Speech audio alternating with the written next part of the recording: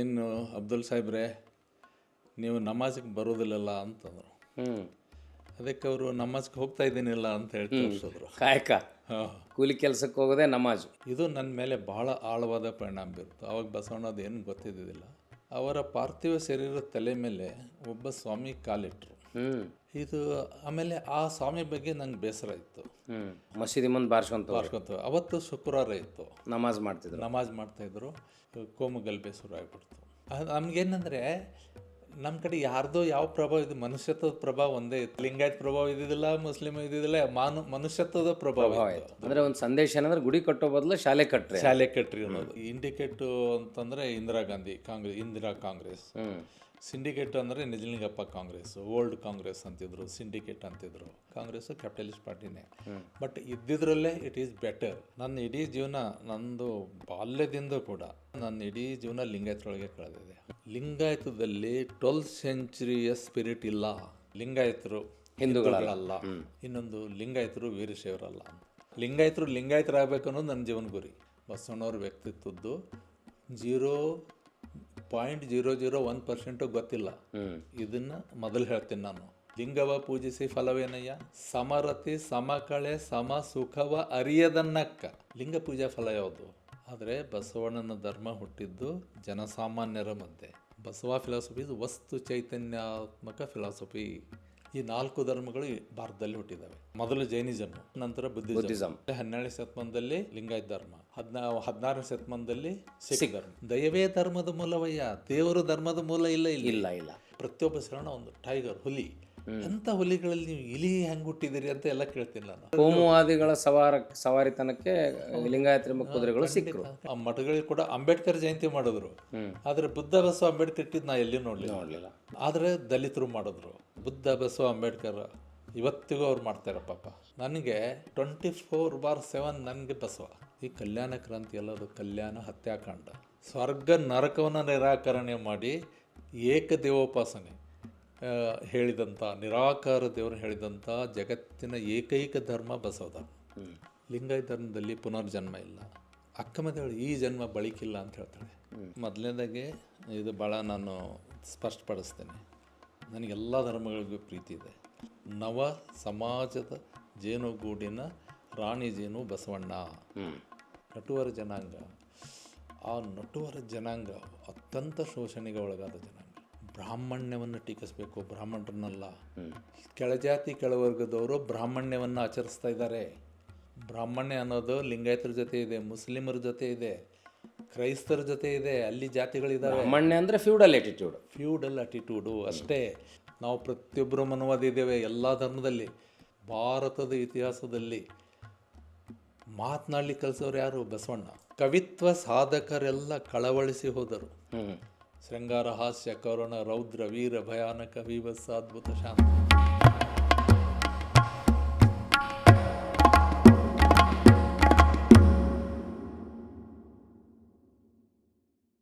ಆತ್ಮೇರೆ ಶರಣಾರ್ಥಿ.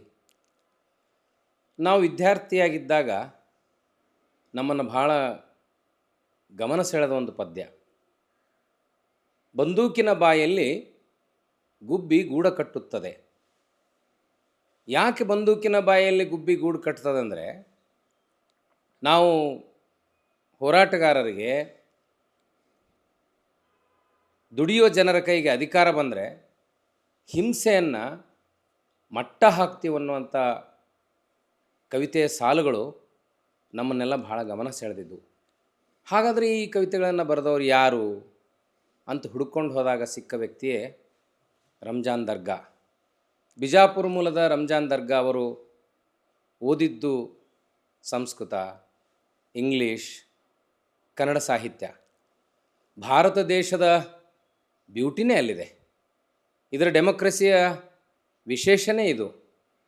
ಹಾಗೆ ಸರ್ವಧರ್ಮ ಸಮನ್ವತೆಯ ರಂಜಾನ್ ದರ್ಗಾ ತಮ್ಮ ಬದುಕಿನುದ್ದಕ್ಕೂ ಪ್ರಜಾವಾಣಿ ಮೂಲಕ ಜನಪರ ಲೇಖನಗಳು, ಪ್ರಗತಿಪರ ವಿಚಾರಧಾರೆಗಳ ಪತ್ರಕರ್ತರಾಗಿ ಬದುಕನ್ನು ಕಟ್ಟಿದರು. ಹಾಗೆಯೇ ಇತರರ ಬದುಕನ್ನು ಕಟ್ಟಿಕೊಳ್ಳಲಿಕ್ಕೆ ನೆರವಾದರು. ರಂಜಾನ್ ದರ್ಗಾ ಅವರು ಪ್ರಜಾವಾಣಿಯಲ್ಲಿ ಉನ್ನತ ಹುದ್ದೆಯಲ್ಲಿ ಇದ್ದುಕೊಂಡು ನಮಗೆಲ್ಲ ಒಂದು ಕುತೂಹಲ ಇತ್ತು, ನಿವೃತ್ತಿ ನಂತರ ದರ್ಗಾ ಅವ್ರು ಏನು ಮಾಡಬಹುದು ಅಂತ. ಏನು ಅವರು ಇಸ್ಲಾಂ ಧರ್ಮದ ಪ್ರಚಾರಕರಾಗ್ತಾರೋ ಅಥವಾ ಕಮ್ಯುನಿಸಮ್ ಸಿದ್ಧಾಂತಕ್ಕೆ ಹೋಗಿ ಯಾವುದಾದ್ರೂ ಒಂದು ರಾಜಕೀಯ ಪಕ್ಷವನ್ನು ಸೇರ್ತಾರೋ ಅನ್ನುವಂಥ ಕುತೂಹಲ ಇದ್ದಾಗ ಅವರ ಒಂದು ಅದ್ಭುತವಾದ ನಿರ್ಣಯ ಇಡೀ ಸಮಾಜಕ್ಕೆ ಬಹಳ ದೊಡ್ಡ ಕೊಡುಗೆ ಆಯಿತು. ಅದೇ ಅವರು ವಚನ ಸಾಹಿತ್ಯ, ಶರಣರು, ಬಸವಣ್ಣನ ಕಡೆ ವಾಲ್ ಬಿಟ್ಟರು.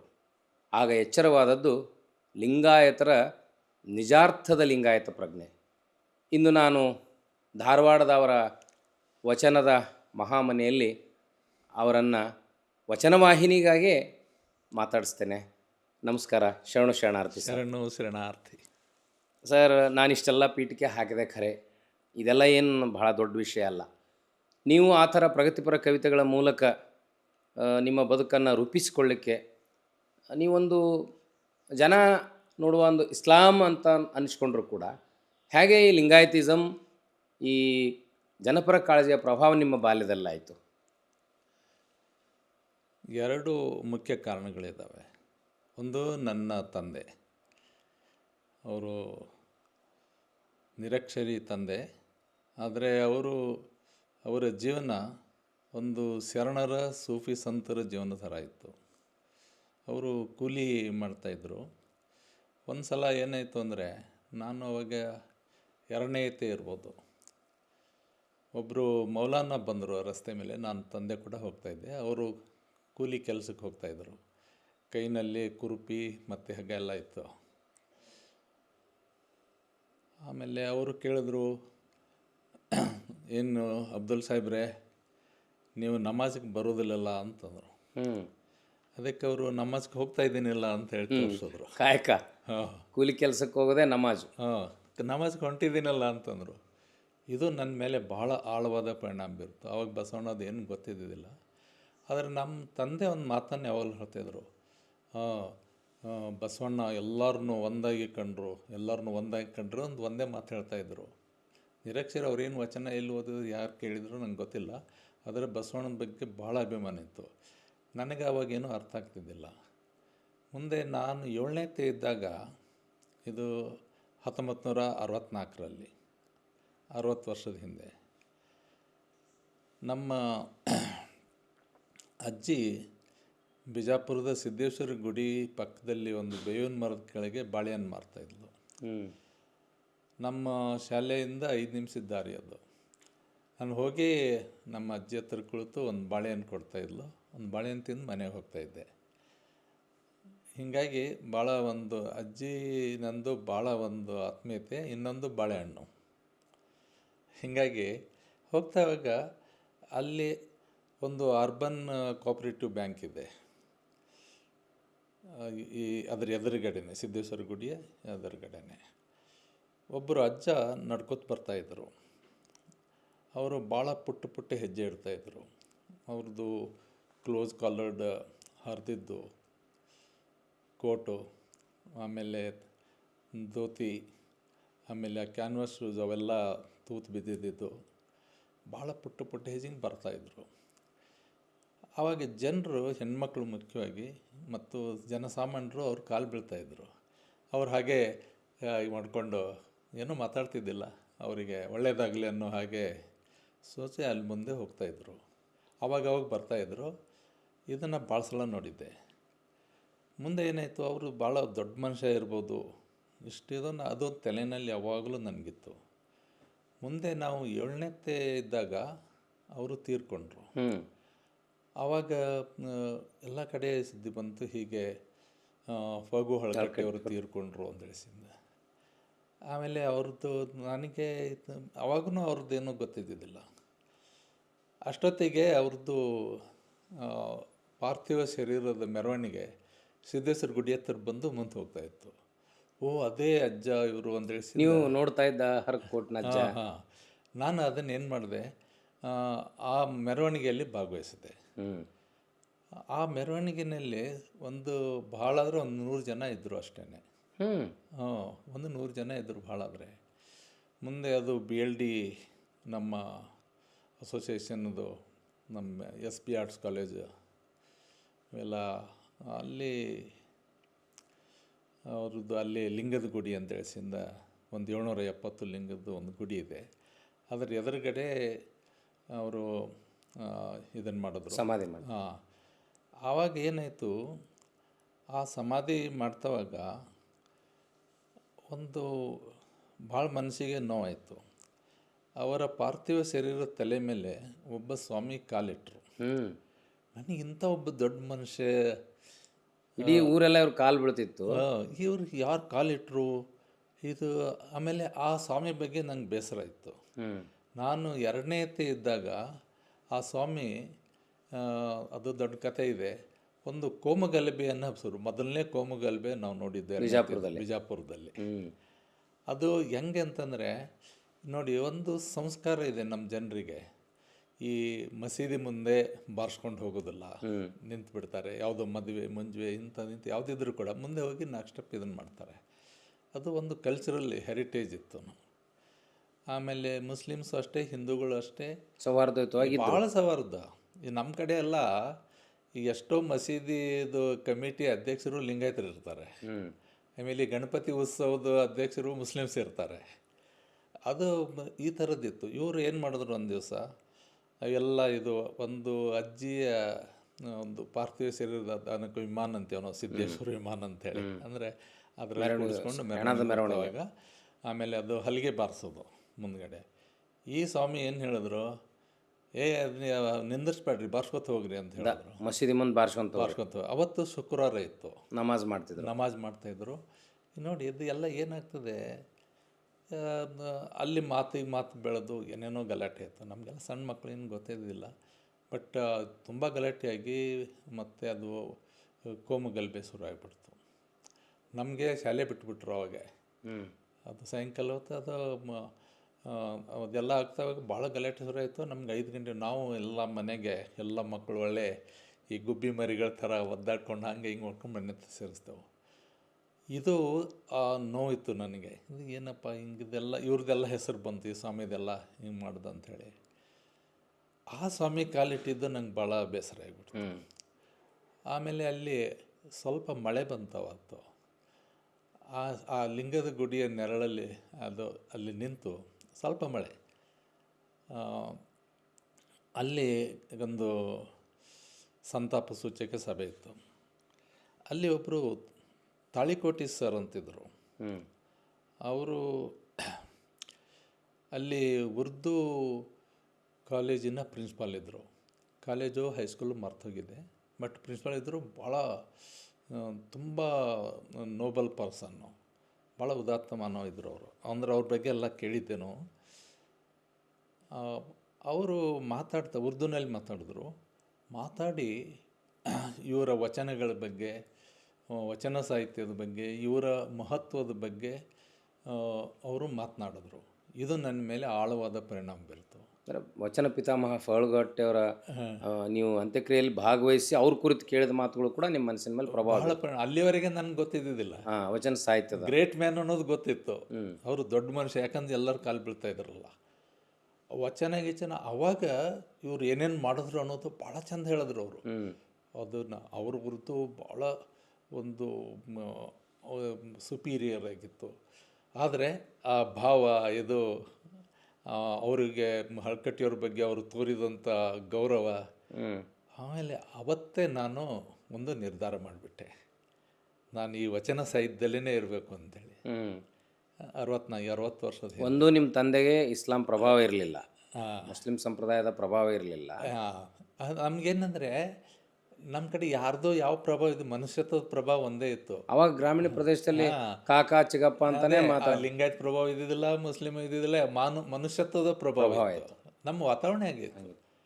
ಸರ್, ನೀವು ಅಲ್ಲಿಂದ BA ಮಾಡಿದ್ರಿ, BAದಲ್ಲಿ ಕನ್ನಡ ಲಿಟ್ರೇಚರ್ ತಗೊಂಡ್ರಿ. ಹೌದು. ಅವಾಗ ವಚನಗಳ ಅಧ್ಯಯನ ಮಾಡಿದ್ರಿ ನೀವು? ಹೌದು. ನಾನು 7ನೇ ತಿಂದನೆ ನಮಗೆ ಪಾಠದಲ್ಲಿ 4-5 ವಚನ ಇರ್ತಿದ್ವಲ್ಲ, ಆ ವಚನಗಳ ಬಗ್ಗೆನೇ ಇದು ಆಗ್ತಿತ್ತು. ಅಷ್ಟರೊಳಗೆ ಏನಾಯಿತು, ಈ ಮಲ್ಲಿಕಾರ್ಜುನ ಸ್ವಾಮಿಗಳದ್ದು ಶಿವಾನುಭವ ಮಂಟಪ ಅಂತಿದೆ ನಮ್ಮ ಸಿದ್ದೇಶ್ವರ ಗುಡಿ ಪಕ್ಕದಲ್ಲೇ. ಬೆಳಗ್ಗೆ ಎದ್ದು ಅವರು ಪುರಾಣ ಕೇಳಿಕ್ಕೆ ಹೋಗ್ತಿದ್ದೆ. ಆದರೆ ಅವರು ವಚನಗಳ ಬಗ್ಗೆ ಹೇಳ್ತಿದ್ದಿಲ್ಲ, ಪುರಾಣ ಹೇಳೋರು. ಅವರು ಪ್ರವಚನದಲ್ಲಿ ಏನಪ್ಪ ಅಂದರೆ ಭಗವದ್ಗೀತೆ, ಸಿದ್ಧಾಂತ ಶಿಖಾಮಣಿ, ನಮಗೇನು ಅರ್ಥ ಆಗ್ತಿದ್ದಿಲ್ಲ, ಬಟ್ ಒಟ್ಟು ಅದು ಇಂಟ್ರೆಸ್ಟು. ಆಮೇಲೆ ಉಪನಿಷತ್ತು ಎಲ್ಲ ಹೇಳ್ತಾಯಿದ್ರು. ಸಿದ್ದೇಶ್ವಾಮಿಗಳು ಅದನ್ನೆಲ್ಲ ಬರ್ಕೊಳ್ತಾ ಇದ್ರು. ಅವ್ರು ಹೆಂಗಿದ್ರು ಭಾಳ ಅದೇ ಮಲ್ಲಿಕಾರ್ಜುನ ಸ್ವಾಮಿಗಳು ಅವ್ರ ಗುರುಗಳು, ಅವ್ರ ಗುರು ಸಿದ್ದೇಶ್ವರ ಸ್ವಾಮಿಗಳು ಗುರು. ಸಿದ್ದೇಶ್ವಾಮಿಗಳು ಅವ್ರದ್ದೆಲ್ಲ ನೋಟ್ಸ್ ಮಾಡ್ತಿದ್ರು, ಬರೆಯೋದು ಅದೆಲ್ಲ ನೋಡ್ತಿದ್ದೆವು. ಆದರೆ ಅಲ್ಲಿ ಸಂಗನಬಸವ ಸ್ವಾಮಿಗಳಿದ್ರು, ಅದಕ್ಕೆ ನಾವು ಬಂತನಾಳ ಸ್ವಾಮಿಗಳು, ಬಂತನಾಳ ಶರಣರು, ಅವ್ರ ವಚನಗಳ ಬಗ್ಗೆ ಹೇಳ್ತಾ ಇದ್ರು. ಆದರೆ ಅವ್ರು ಭಾಳ ಪ್ರವಚನ ಮಾಡ್ತಿದ್ದಿಲ್ಲ. ಅವ್ರು ಎಂದೋ ಬರೋರು ಎಲ್ಲೋ ಅದನ್ನು ನಾವು ಕೇಳ್ಕೊತ ಹೋಗ್ತಾಯಿದ್ದೆವು. ಅವರು ಭಾಳ ಒಂದು ಭಾಳ ಪುರೋಗಾಮಿ ಮನಸ್ಥಿತಿಯವರಿದ್ದರು. ಶಿಕ್ಷಣ ಅವ್ರಿಗೆ ಇವತ್ತು BLD ಅಸೋಸಿಯೇಷನ್ನು ಎಲ್ಲ ಬೆಳೀಲಿಕ್ಕೆ ಮೊದಲನೇ ಕಾರಣ ಫಗು ಹಳಕಟ್ಟಿಯವರು ಮತ್ತು ಅವರ ಸಮಕಾಲೀನರು. ಅದರ ಎರಡನೇ ಸ್ಟೇಜಲ್ಲಿ ಇವರು ಬರ್ತಾರೆ. ಇವರು ಬರೀ ಶಿಕ್ಷಣ ಮತ್ತು ವಿದ್ಯೆ ಕಲಿಸೋದು, ಇದನ್ನು ಮಾಡೋದು, ಆಮೇಲೆ ಭಾಳ ಪುರೋಗಾಮಿ ದೃಷ್ಟಿಯಲ್ಲಿ ವಚನಗಳನ್ನು ಹೇಳ್ತಾಯಿದ್ರು. ಅವರು ಒಂದು ಇದನ್ನೇ ನಿಮಗೆ ಹೇಳಿದ್ರೆ ಸ್ವಲ್ಪ ನಗು ಬರ್ಬೋದು. ನನಗೆ ದೊಡ್ಡ ಪರಿಣಾಮ ಬೀರಿದ್ದು ಏನಂದರೆ, ಅವರು ಶಿಕ್ಷಣದ ಮಹತ್ವವನ್ನು ಹೇಳ್ತಾಯಿದ್ರು.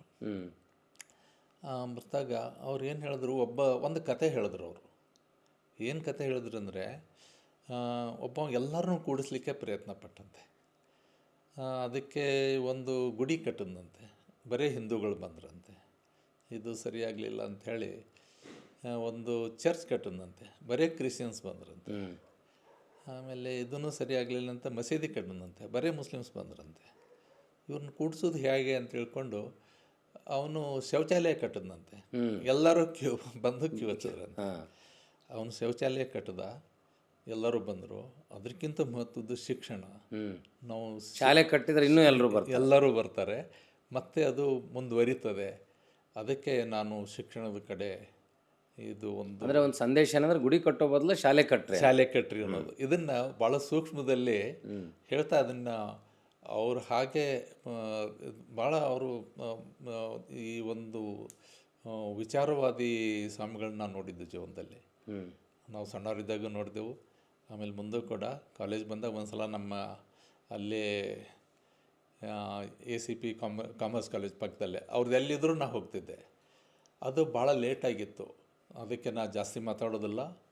ಮೊದಲು ಪೇಟೋಬಾ, ಆಮೇಲೆ ವಿಠೋಬಾ ಅಂತ ಹೇಳಿದ್ರು. ಊಟ ಮಾಡೋದು, ಊಟದಿದ್ದು ನಾ ಸ್ವಲ್ಪ ಮಾತಾಡ್ತೀನಿ. ಭಾಳ ಲೇಟ್ ಮಾಡಿದ್ರು ಅವರು. ಅಂದರೆ ಅಷ್ಟು ಅವ್ರದ್ದು ಒಂದು ರ್ಯಾಷನಲ್ ಥಿಂಕಿಂಗ್ ಇತ್ತು. ಹೀಗಾಗಿ ನಮಗೆ ಸಂಗನಬಸವ ಸ್ವಾಮಿಗಳು ಅಂದರೆ ಬಂತನಾಳ ಶರಣರು ಅಂತಾರೆ. ಶರಣರು ನಮಗೆ ಭಾಳ ಒಂದು ಪ್ರಭಾವ ಬೀರಿದೆ. ಆಮೇಲೆ ಅವ್ರ ಹೆಸರನ್ನೇ ನಮ್ಮ ಕಾಲೇಜ್ ಇತ್ತು, SB ಆರ್ಟ್ಸ್ ಕಾಲೇಜ್, ಸಂಗನಬಸವೇಶ್ವರ ಅಂತ. ಸರ್, ಅಲ್ಲಿಂದ ತಾವು ಪ್ರಜಾವಾಣಿಗೆ ಜಾಯಿನ್ ಆದ್ರಿ? ಇಲ್ಲ, ಅಲ್ಲಿ ನಾನು ಮುಗಿಸಿ ನಾನು MA ಬಂದೆ. ನಾನು MA ಏನು ಮಾಡಿದೆ, ನಮಗಲ್ಲಿ ASC ಪರಿ ಸರು ಭಾಳ ಚೆನ್ನಾಗಿ, ಭಾಳ ಅದ್ಭುತವಾದ ನಮ್ಮ ಪ್ರೊಫೆಸರು, ಆಮೇಲೆ ನಾಡಗೌಡ ಸರು, ಇವರೆಲ್ಲ ಭಾಳ, ಆಮೇಲೆ ಸಾರಂಗಮಠ ಸರು ನಮ್ಮ ಸಂಸ್ಕೃತ ಪ್ರೊಫೆಸರು, ವಜ್ರಮಠಿ ಸರು ಹಿಂದಿ, ಇವರೆಲ್ಲ ನಮಗೆ ಭಾಳ ಚೆನ್ನಾಗಿ ಓದಿಸಿದ್ರು, ಭಾಳ ಚೆನ್ನಾಗಿ ಕಲಿಸಿದ್ರು. ನಾ MA ಕನ್ನಡ ನೋಡಿದ್ರೆ ಇವೆಲ್ಲ ನಾವು ಓದಿದ್ದೆ ಅನ್ನಿಸ್ಬಿಡ್ತು. ಆಮೇಲೆ ನಂಗೆ ಭಾಷೆಗಳ ಬಗ್ಗೆ ಭಾಳ ಪ್ರೀತಿ ಇರೋದ್ರಿಂದ, ಮತ್ತು ನಾನು ಯಾವಾಗಲೂ ಅದೇ ಸಂಸ್ಕೃತ, ಹಿಂದಿ, ಇಂಗ್ಲೀಷು, ಕನ್ನಡ 4 ಭಾಷೆಗಳ ಮೂಲಕ ಬಂದಿದ್ದರಿಂದ ನಾನು ಭಾಷಾ ವಿಜ್ಞಾನಕ್ಕೆ ಹೋದೆ. ಭಾಷಾ ವಿಜ್ಞಾನ ಮುಗಿದ್ಕೊಳ್ಳೆ ಆಮೇಲೆ ಗೊತ್ತಾಯಿತು ಇಲ್ಲಿ ನೌಕರಿ ಯಾವ ಜಾಗಗಳು ಆಪರ್ಚುನಿಟಿ ಕಡಿಮೆ ಲಿಂಗ್ವಿಸ್ಟಿಕ್ಸ್ಗೆ. ಅಷ್ಟೊತ್ತಿಗೆ ಏನಾಯಿತು, ನನ್ನ ಫ್ರೆಂಡು, ನಮ್ಗೆ ಭಾಳ ಆತ್ಮೀಯ ಮಿತ್ರರು ಇಲ್ಲಿ ನಾನು ಬಂದಾಗೆಲ್ಲ ಮಾದೇವ್ ಹೊರಟ್ಟಿ ಅವರು, ಮತ್ತು ನಮ್ಮ KS ರಂಗನಾಥ್ ಅವರು ಕೋಆಪ್ರೇಟಿವ್ ಮಿನಿಸ್ಟರ್ ಇದ್ದರು. ಆಮೇಲೆ ಇವರೆಲ್ಲ ನಾವು ಭಾಳ ಒಂದು ಕ್ಲೋಸ್ ಸರ್ಕಲಲ್ಲಿದ್ದೆವು. ಆಮೇಲೆ ಅವರು ನಂದು ಇಲ್ಲ, ನಾವು ಇವ್ರಿಗೆ ಏನೋ ಮಾಡಬೇಕು ಅಂತ. ಅಷ್ಟೊತ್ತಿಗೆ ನಾನು ಲೈಬ್ರರಿ ಸೈನ್ಸ್ ಹಚ್ಚಿದ್ದೆ, ಮತ್ತೆ ದಾಟ್ಕೊಂಡು ಹಚ್ಚಿದ್ದೆ. ಅವ್ರು ಏನು ಮಾಡಿದ್ರು, ರಂಗನಾಥ್ ಅವ್ರಿಗೆ ಹೇಳಿದ್ರು, ಇಲ್ಲ ದರ್ಗಾ ನೀಡಪ್ ಎ ಜಾಬ್ ಅಂತ ಹೇಳಿಸಿಂದ. ಅವ್ರು ಏನು ಮಾಡಿದ್ರು, ಅವಾಗೆಲ್ಲ ಈ APMC ಇವೆಲ್ಲ ಕೋಆಪ್ರೇಟಿವ್ ಡಿಪಾರ್ಟ್ಮೆಂಟ್ನಲ್ಲೇ ಇದ್ದು. ಆಮೇಲೆ ಅವರು ಅಲ್ಲಿ ಕರ್ನಾಟಕ ಸ್ಟೇಟ್ ಅಗ್ರಿಕಲ್ಚರ್ ಮಾರ್ಕೆಟಿಂಗ್ ಬೋರ್ಡ್ದು ಎಕ್ಸ್ ಆಫೀಸಿಯೋ ಚೇರ್ಮನ್ ಇದ್ದರು. ಯಾಕಂದರೆ ಅವರು ಕೋಆಪ್ರೇಟಿವ್ ಮಿನಿಸ್ಟರ್ ಇದ್ದರು. ಈ APMC ಎಲ್ಲ ಅದರ ಬರ್ತಾರೆ. ಆಮೇಲೆ ಬೇರೆ ಒಂದು ಪೋರ್ಟ್ಫೋಲಿಯೋ ಬಂತು, ಮೊದಲಿದ್ದಿದ್ದಿಲ್ಲ, 76ಅಲ್ಲಿ. ಅವರು ನನಗೆ ಅಲ್ಲಿ ಸಬ್ ಎಡಿಟರ್ ಮಾಡಿದ್ರು. ಅಲ್ಲಿ 6 ವರ್ಷ ಇದ್ದೆ. ಆಮೇಲೆ ಅಲ್ಲಿ ನನಗೆ ಅವರು ಮಾರ್ಕೆಟಿಂಗ್ ಮ್ಯಾನೇಜ್ಮೆಂಟ್ನಲ್ಲಿ ಡೆಪ್ಯುಟೇಸಿ ಮೇಲೆ ಮೈಸೂರು ಯೂನಿವರ್ಸಿಟಿಗೆ ಕಳಿಸಿದ್ರು. 2 ವರ್ಷ ಅಲ್ಲಿ ಆದಮೇಲೆ ಮುಂದೆ ಅದನ್ನು ಬಿಟ್ಟು ನಾನು ಪ್ರಜಾವಾಣಿ ಸೇರಿದೆ. ಸರ್ ಪ್ರಜಾವಾಣಿ ಜರ್ನಿಯಲ್ಲಿ ನಿಮಗೆ ಅಲ್ಲಿ ಮುಕ್ತವಾದ ವಾತಾವರಣ ಇತ್ತು, ನೀವು ಎಡಪರವಾಗಿ ಬರ್ಕೊಂಡ್ರಿ. ಆಗ ನೀವು ಕಮ್ಯುನಿಸಮ್ ಇನ್ಫ್ಲುಯೆನ್ಸಿಗೆ ಬಂದ್ರಲ್ಲ, ಯಾಕೆ? ನಾನು ಕಮ್ಯುನಿಸಮ್ ಇನ್ಫ್ಲುಯೆನ್ಸ್ ಬಂದಿದ್ದು ಪಿ ಯು ಸಿನಲ್ಲಿ 1969ನಲ್ಲಿ. ಅವಾಗ ಏನಾಯಿತು ಅಂದರೆ ಈ ಒಂದು ಘಟನೆ ಆಯಿತು, ಸಿಂಡಿಕೇಟ್ ಅಂತ ಕಾಂಗ್ರೆಸ್ ಇಬ್ಬಾಗ ಆಯಿತು. ಅದು ಈ ಇಂಡಿಕೇಟು ಅಂತಂದರೆ ಇಂದಿರಾ ಕಾಂಗ್ರೆಸ್, ಸಿಂಡಿಕೇಟ್ ಅಂದರೆ ನಿಜಲಿಂಗಪ್ಪ ಕಾಂಗ್ರೆಸ್, ಓಲ್ಡ್ ಕಾಂಗ್ರೆಸ್ ಅಂತಿದ್ರು, ಸಿಂಡಿಕೇಟ್ ಅಂತಿದ್ರು. ಅವಾಗೊಂದು ಮುಂದೆ ಅವರು ಏನು ಮಾಡಿದ್ರು, ರಾಜಧನ ರದ್ದತಿ ಮಾಡಿದ್ರು. ಆಮೇಲೆ ಇನ್ನೊಂದು ಈ ಬ್ಯಾಂಕ್ ರಾಷ್ಟ್ರೀಕರಣ ಮಾಡೋದು ಮುಂದೆ ಅಲ್ಲಿ ಹೋಗಿ ಅದು. ಆಮೇಲೆ ಅವ್ರದ್ದು ಗರೀಬಿ ಹಟಾವೋ ಪ್ರೋಗ್ರಾಮ್ ಕೊಟ್ಟರು. ಇವೆಲ್ಲ ಬಡವರಾದ ನಮ್ಮಂಥವ್ರಿಗೆ ಭಾಳ ಇಂಪ್ರೆಸ್ ಆಗಿಬಿಟ್ಟು, ಇಲ್ಲ ರಾಜರಿಗೆ ಯಾಕೆ ಕೊಡ್ಬೇಕು, ಇದೆಲ್ಲ ಒಂದು ಚರ್ಚೆಗೆ ಆಯ್ತಲ್ಲ. ಆಮೇಲೆ ಅಲ್ಲಿ ಮಹಾಲಕ್ಷ್ಮಿ ಗುಡಿ ಅಂತಿದೆ, ಒಂದು ಭಾಳ ದೊಡ್ಡದು. ಅಲ್ಲಿ ದೇಸಾಯಿ ಅವರು ಯಾರೋ ಮಣಿತನವ್ರು ಮಾಡಿದ್ದು. ಒಂದು ಸಲ ಅಲ್ಲಿ ಒಂದು 8-10 ಜನ ಬ್ರಾಹ್ಮಿನ್ಸ್ ಮಾತಾಡ್ತಾ ನಿಂತಿದ್ರು. ಅಲ್ಲಿ ನಮ್ಮ ಗೆಳೆಯನ ಮನೆಗೆ ಆ ಕಡೆ ಇತ್ತು, ಹೋಗ್ತಾವಾಗ ಅವ್ರು ಮಾತಾಡೋದನ್ನು ಕೇಳ್ಕೊತ ನಿಂತೆ. ಇಂದಿರಾ ಗಾಂಧಿ ಕಮ್ಯುನಿಸ್ಟ್ ಆಗಿದ್ದಾಳೆ ಅಂತ. ನನಗೊಂದು ವಿಚಾರ ಬಂತು, ಅವಾಗೆಲ್ಲ ಪಿ ಯು ಸಿ ಹುಡುಗಿ ಇವೆಲ್ಲ ಗೊತ್ತಾಗ್ತಿತ್ತು. ಇಂದಿರಾ ಗಾಂಧಿನೇ ಕಮ್ಯುನಿಸ್ಟ್ ಅಂತಾರೆ ಇವರು, ನಿಜವಾದ ಕಮ್ಯುನಿಸ್ಟ್ರು ಯಾಗಿರ್ಬಾರ್ದು ಅಂತ. ಅದು straight away went to communist party office. ಅಲ್ಲಿ ನಮಗೆ ಪ್ರಕಾಶ್ ಇಟ್ನಳ್ಳಿ ಅವರು, ಪ್ರಕಾಶ್ ಕುಲಕರ್ಣಿ ಬರ್ಕೋದಿಲ್ಲ, ಪ್ರಕಾಶ್ ಇಟ್ನಳ್ಳಿ ಅಂತ ಹೇಳಿಸಿಂದ ಮತ್ತು ಬೇರೆ ಎಲ್ಲ ಇವರಿದ್ದರು. ನನಗೆ ಅವರ ಒಂದು ಜೀವನ ವಿಧಾನ ಭಾಳ ಖುಷಿ ಕೊಡ್ತು. ಆಮೇಲೆ ಸೋವಿಯಟ್ ಬುಕ್ಸ್ ಎಲ್ಲ ಬರ್ತಾಯಿದ್ವು, ನಮ್ಗೆ ಓದಲಿಕ್ಕೆಲ್ಲ ಕೊಟ್ಟರು. ಆಮೇಲೆ ಅಲ್ಲಿ ಕೆಲವೊಂದು ಹಳೇ ಮುಸ್ಲಿಮು ಇವರು ಪೈಲ್ವಾನ್ರು ಇವರೆಲ್ಲ ಇದ್ದರು, ವಯಸ್ಸಾಗಿತ್ತು. ಅವರೆಲ್ಲ 4 ಆಣೆಗೆಲ್ಲ ಅಲ್ಲಿ ಬುಕ್ ಮಾರಿ, ಸಣ್ಣ ಬುಕ್ಲೆಟ್ಸ್ ಮಾರಿ ಎಲ್ಲ ತಂದು ನಮ್ಮ ಪಾರ್ಟಿ ಆಫೀಸಿಗೆ ಕೊಡ್ತಾಯಿದ್ರು. I felt it very ideal. And then ನನಗೆ ಕಮ್ಯುನಿಸಮ್ ಬಗ್ಗೆ ಭಾಳ ಇದು ಬಂತು. ಆಮೇಲೆ ನಾನು ಮುಂದೆ ಅದು ಒಂದು 3 ವರ್ಷ ಕಾದ್ಮೇಲೆ ನನಗೆ ಕಮ್ಯುನಿಸ್ಟ್ ಪಾರ್ಟಿದು ಮೆಂಬರ್ಶಿಪ್ ಸಿಕ್ತು. ಒಳ್ಳೆ ನೊಬೆಲ್ ಪ್ರೈಸ್ ಇತ್ತು. ಆಮೇಲೆ 3 ವರ್ಷ ನಾವೆಲ್ಲ ಮಾಡೋದು ಎಲ್ಲ ನೋಡಿ, ಮತ್ತು ಅವಾಗ ಎಷ್ಟು ನಮಗೆ ಜ್ಞಾನ ಬಂತಂದರೆ, ಅಲ್ಲಿ ಭಾಳ ಜನ ನಮ್ಮ ಕಮ್ಯುನಿಸ್ಟ್ ಲೀಡರ್ಸ್ ಬರೋರು, ಭಾಷಣ ಮಾಡೋರು. ನಾವು ಇವನ್ ಸಿ ರಾಜೇಶ್ವರ ಭಾಷಣ ಎಲ್ಲ ಕೇಳಿದ್ದೀನಿ. ಆಮೇಲೆ ನೀಲಂ ಸಂಜಯ್ ರೆಡ್ಡಿ ಅವ್ರದ್ದು ಎಂಥ ಗ್ರೇಟ್ ಪರ್ಸ್ನಾಲಿಟೀಸು, ಅವ್ರಿಗೆ ಎಂಥ ಒಂದು ಮಾನವೀಯತೆ ಇದು ನನ್ನ ಮೇಲೆ. ಆಮೇಲೆ ನನಗೆ ಮಾರ್ಕ್ಸ್ವಾದದಲ್ಲಿ ಭಾಳ ಒಂದು ಆಸಕ್ತಿ ಹುಡ್ತು. ನಾನು ಇವತ್ತಿಗೂ ಕೂಡ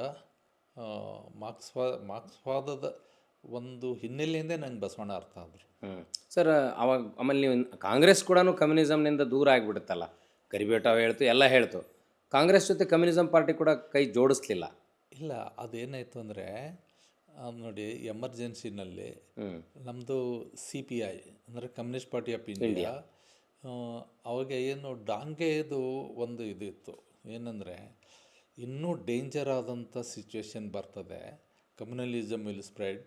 ಅದಕ್ಕೆ ಅವರು ಅವಾಗೇನಿತ್ತು, ನಮಗೆ ಇಂದಿರಾ ಗಾಂಧಿ ಸ್ವಲ್ಪ CPI ಇದ್ರ ಬಗ್ಗೆ, ಕಮ್ಯುನಿಸ್ಟ್ ಇದ್ರ ಬಗ್ಗೆ ಎಲ್ಲ, ಯಾಕಂದರೆ ಇವನ್ ನೆಹರು ಕೂಡ ಕಾಮ್ರೇಡ್ಸ್ ಅಂತ ಅಟೆಂಡ್ ಮಾಡ್ತಾಯಿದ್ರು, ಅವರು ಅಡ್ರೆಸ್ ಮಾಡ್ತಾಯಿದ್ರು.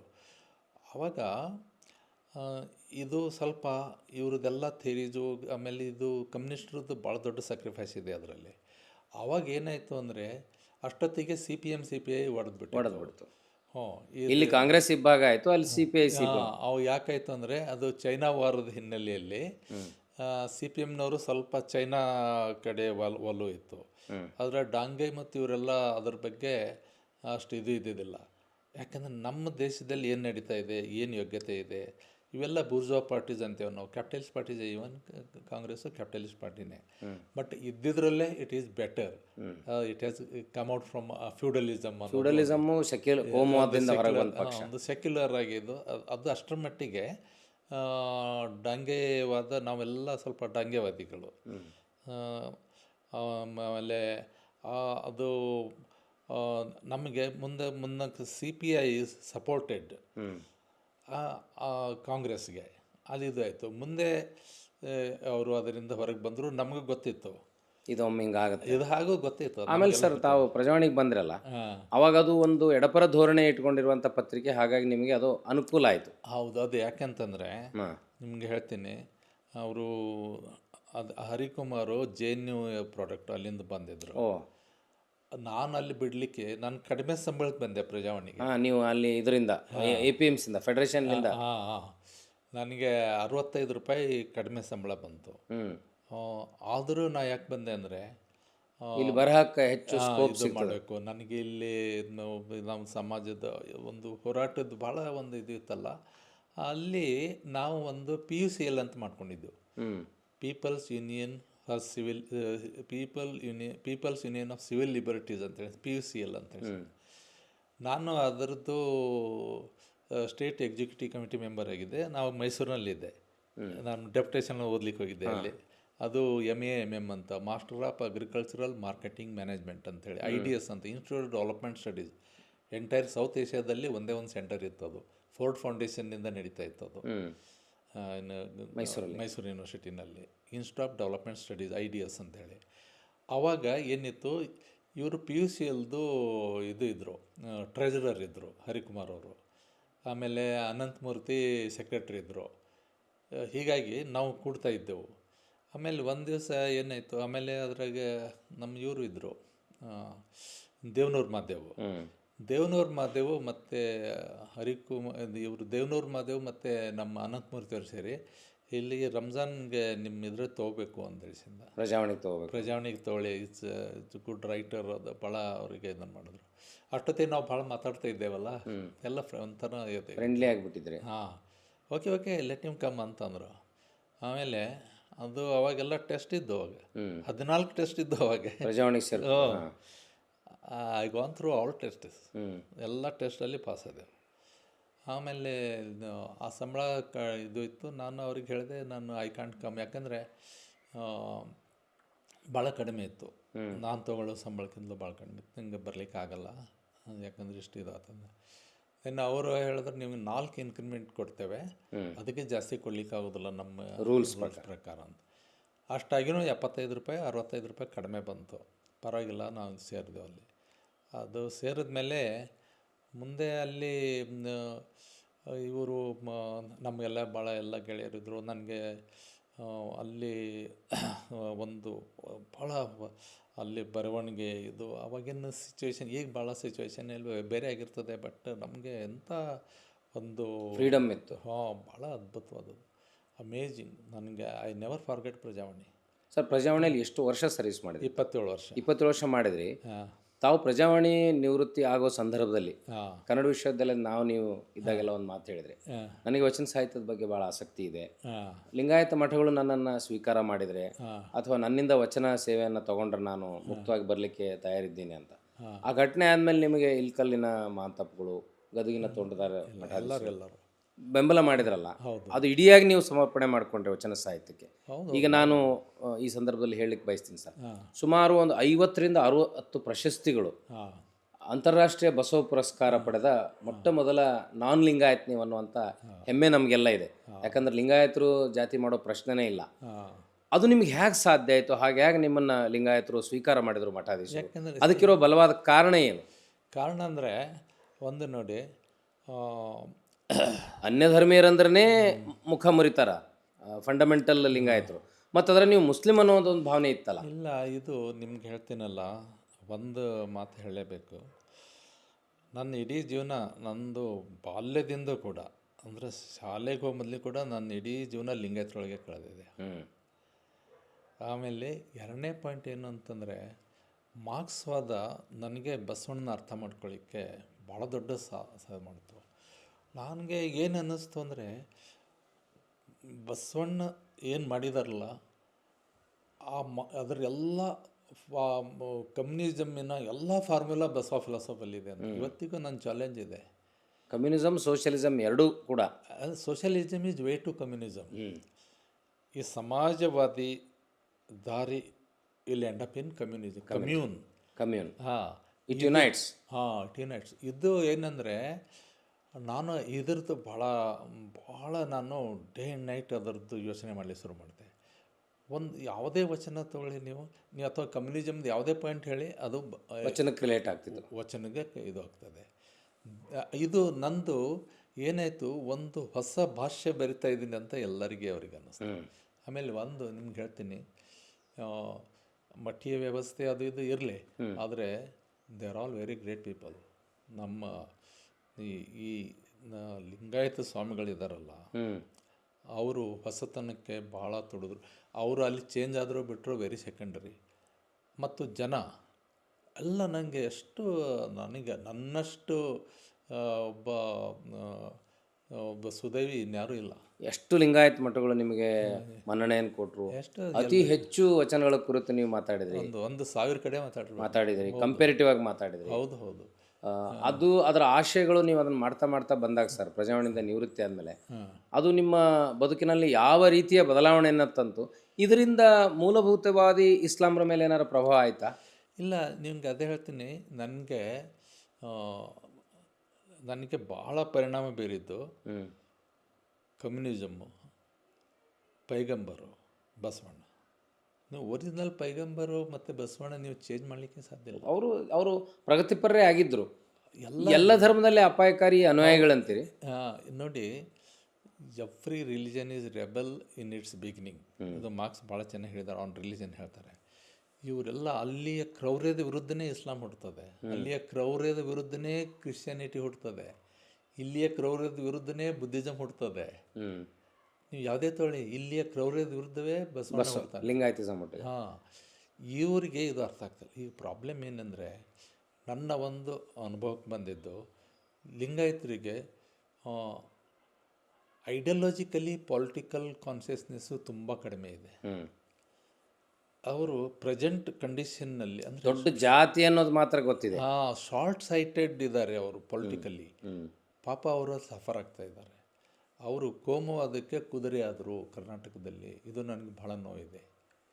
ನಾನು ಇದ್ದ ಒಂದು ವರ್ಲ್ಡ್ ಇವತ್ತು ನೋಡಿ, ನಾನು ಹೊರದೇಶದಲ್ಲಿ ಮಾತಾಡಿದ್ದೀನಿ, ರಷ್ಯಾದಲ್ಲಿ ಮಾತಾಡಿದ್ದೀನಿ. ಸರ್, ನಿಮ್ಮ ಅದೊಂದು ಅನುಭವ ಕೇಳ್ಬೇಕು. ನೀವು ಭಾಳ ಯಂಗ್ ಇದ್ದಾಗ ರಷ್ಯಾಕ್ಕೆ ಹೋಗಿ ಭಾಷಣ ಮಾಡಿದ್ರಿ. ಹೌದು. ಏನು ವಯಸ್ಸದು, ಏನು ಕಾಂಟೆಕ್ಸ್ಟ್ ಇತ್ತು?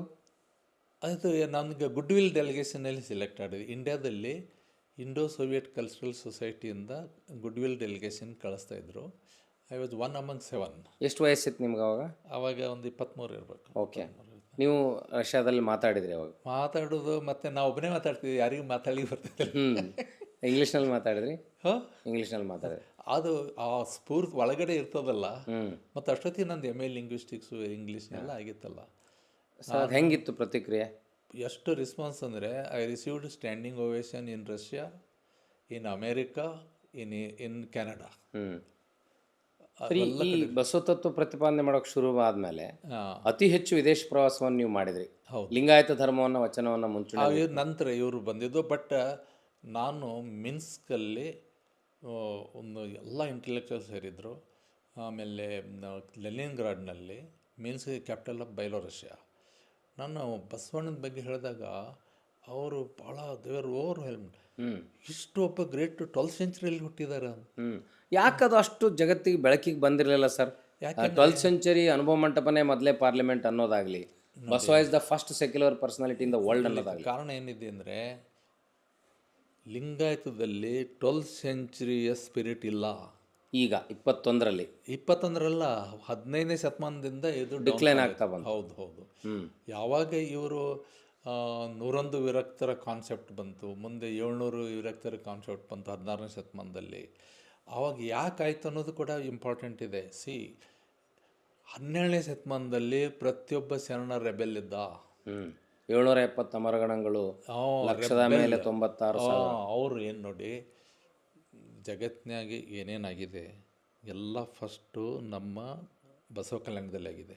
ಇದನ್ನು ನಾವು ಮರಿಬಾರ್ದು. ಚಾಲೆಂಜ್.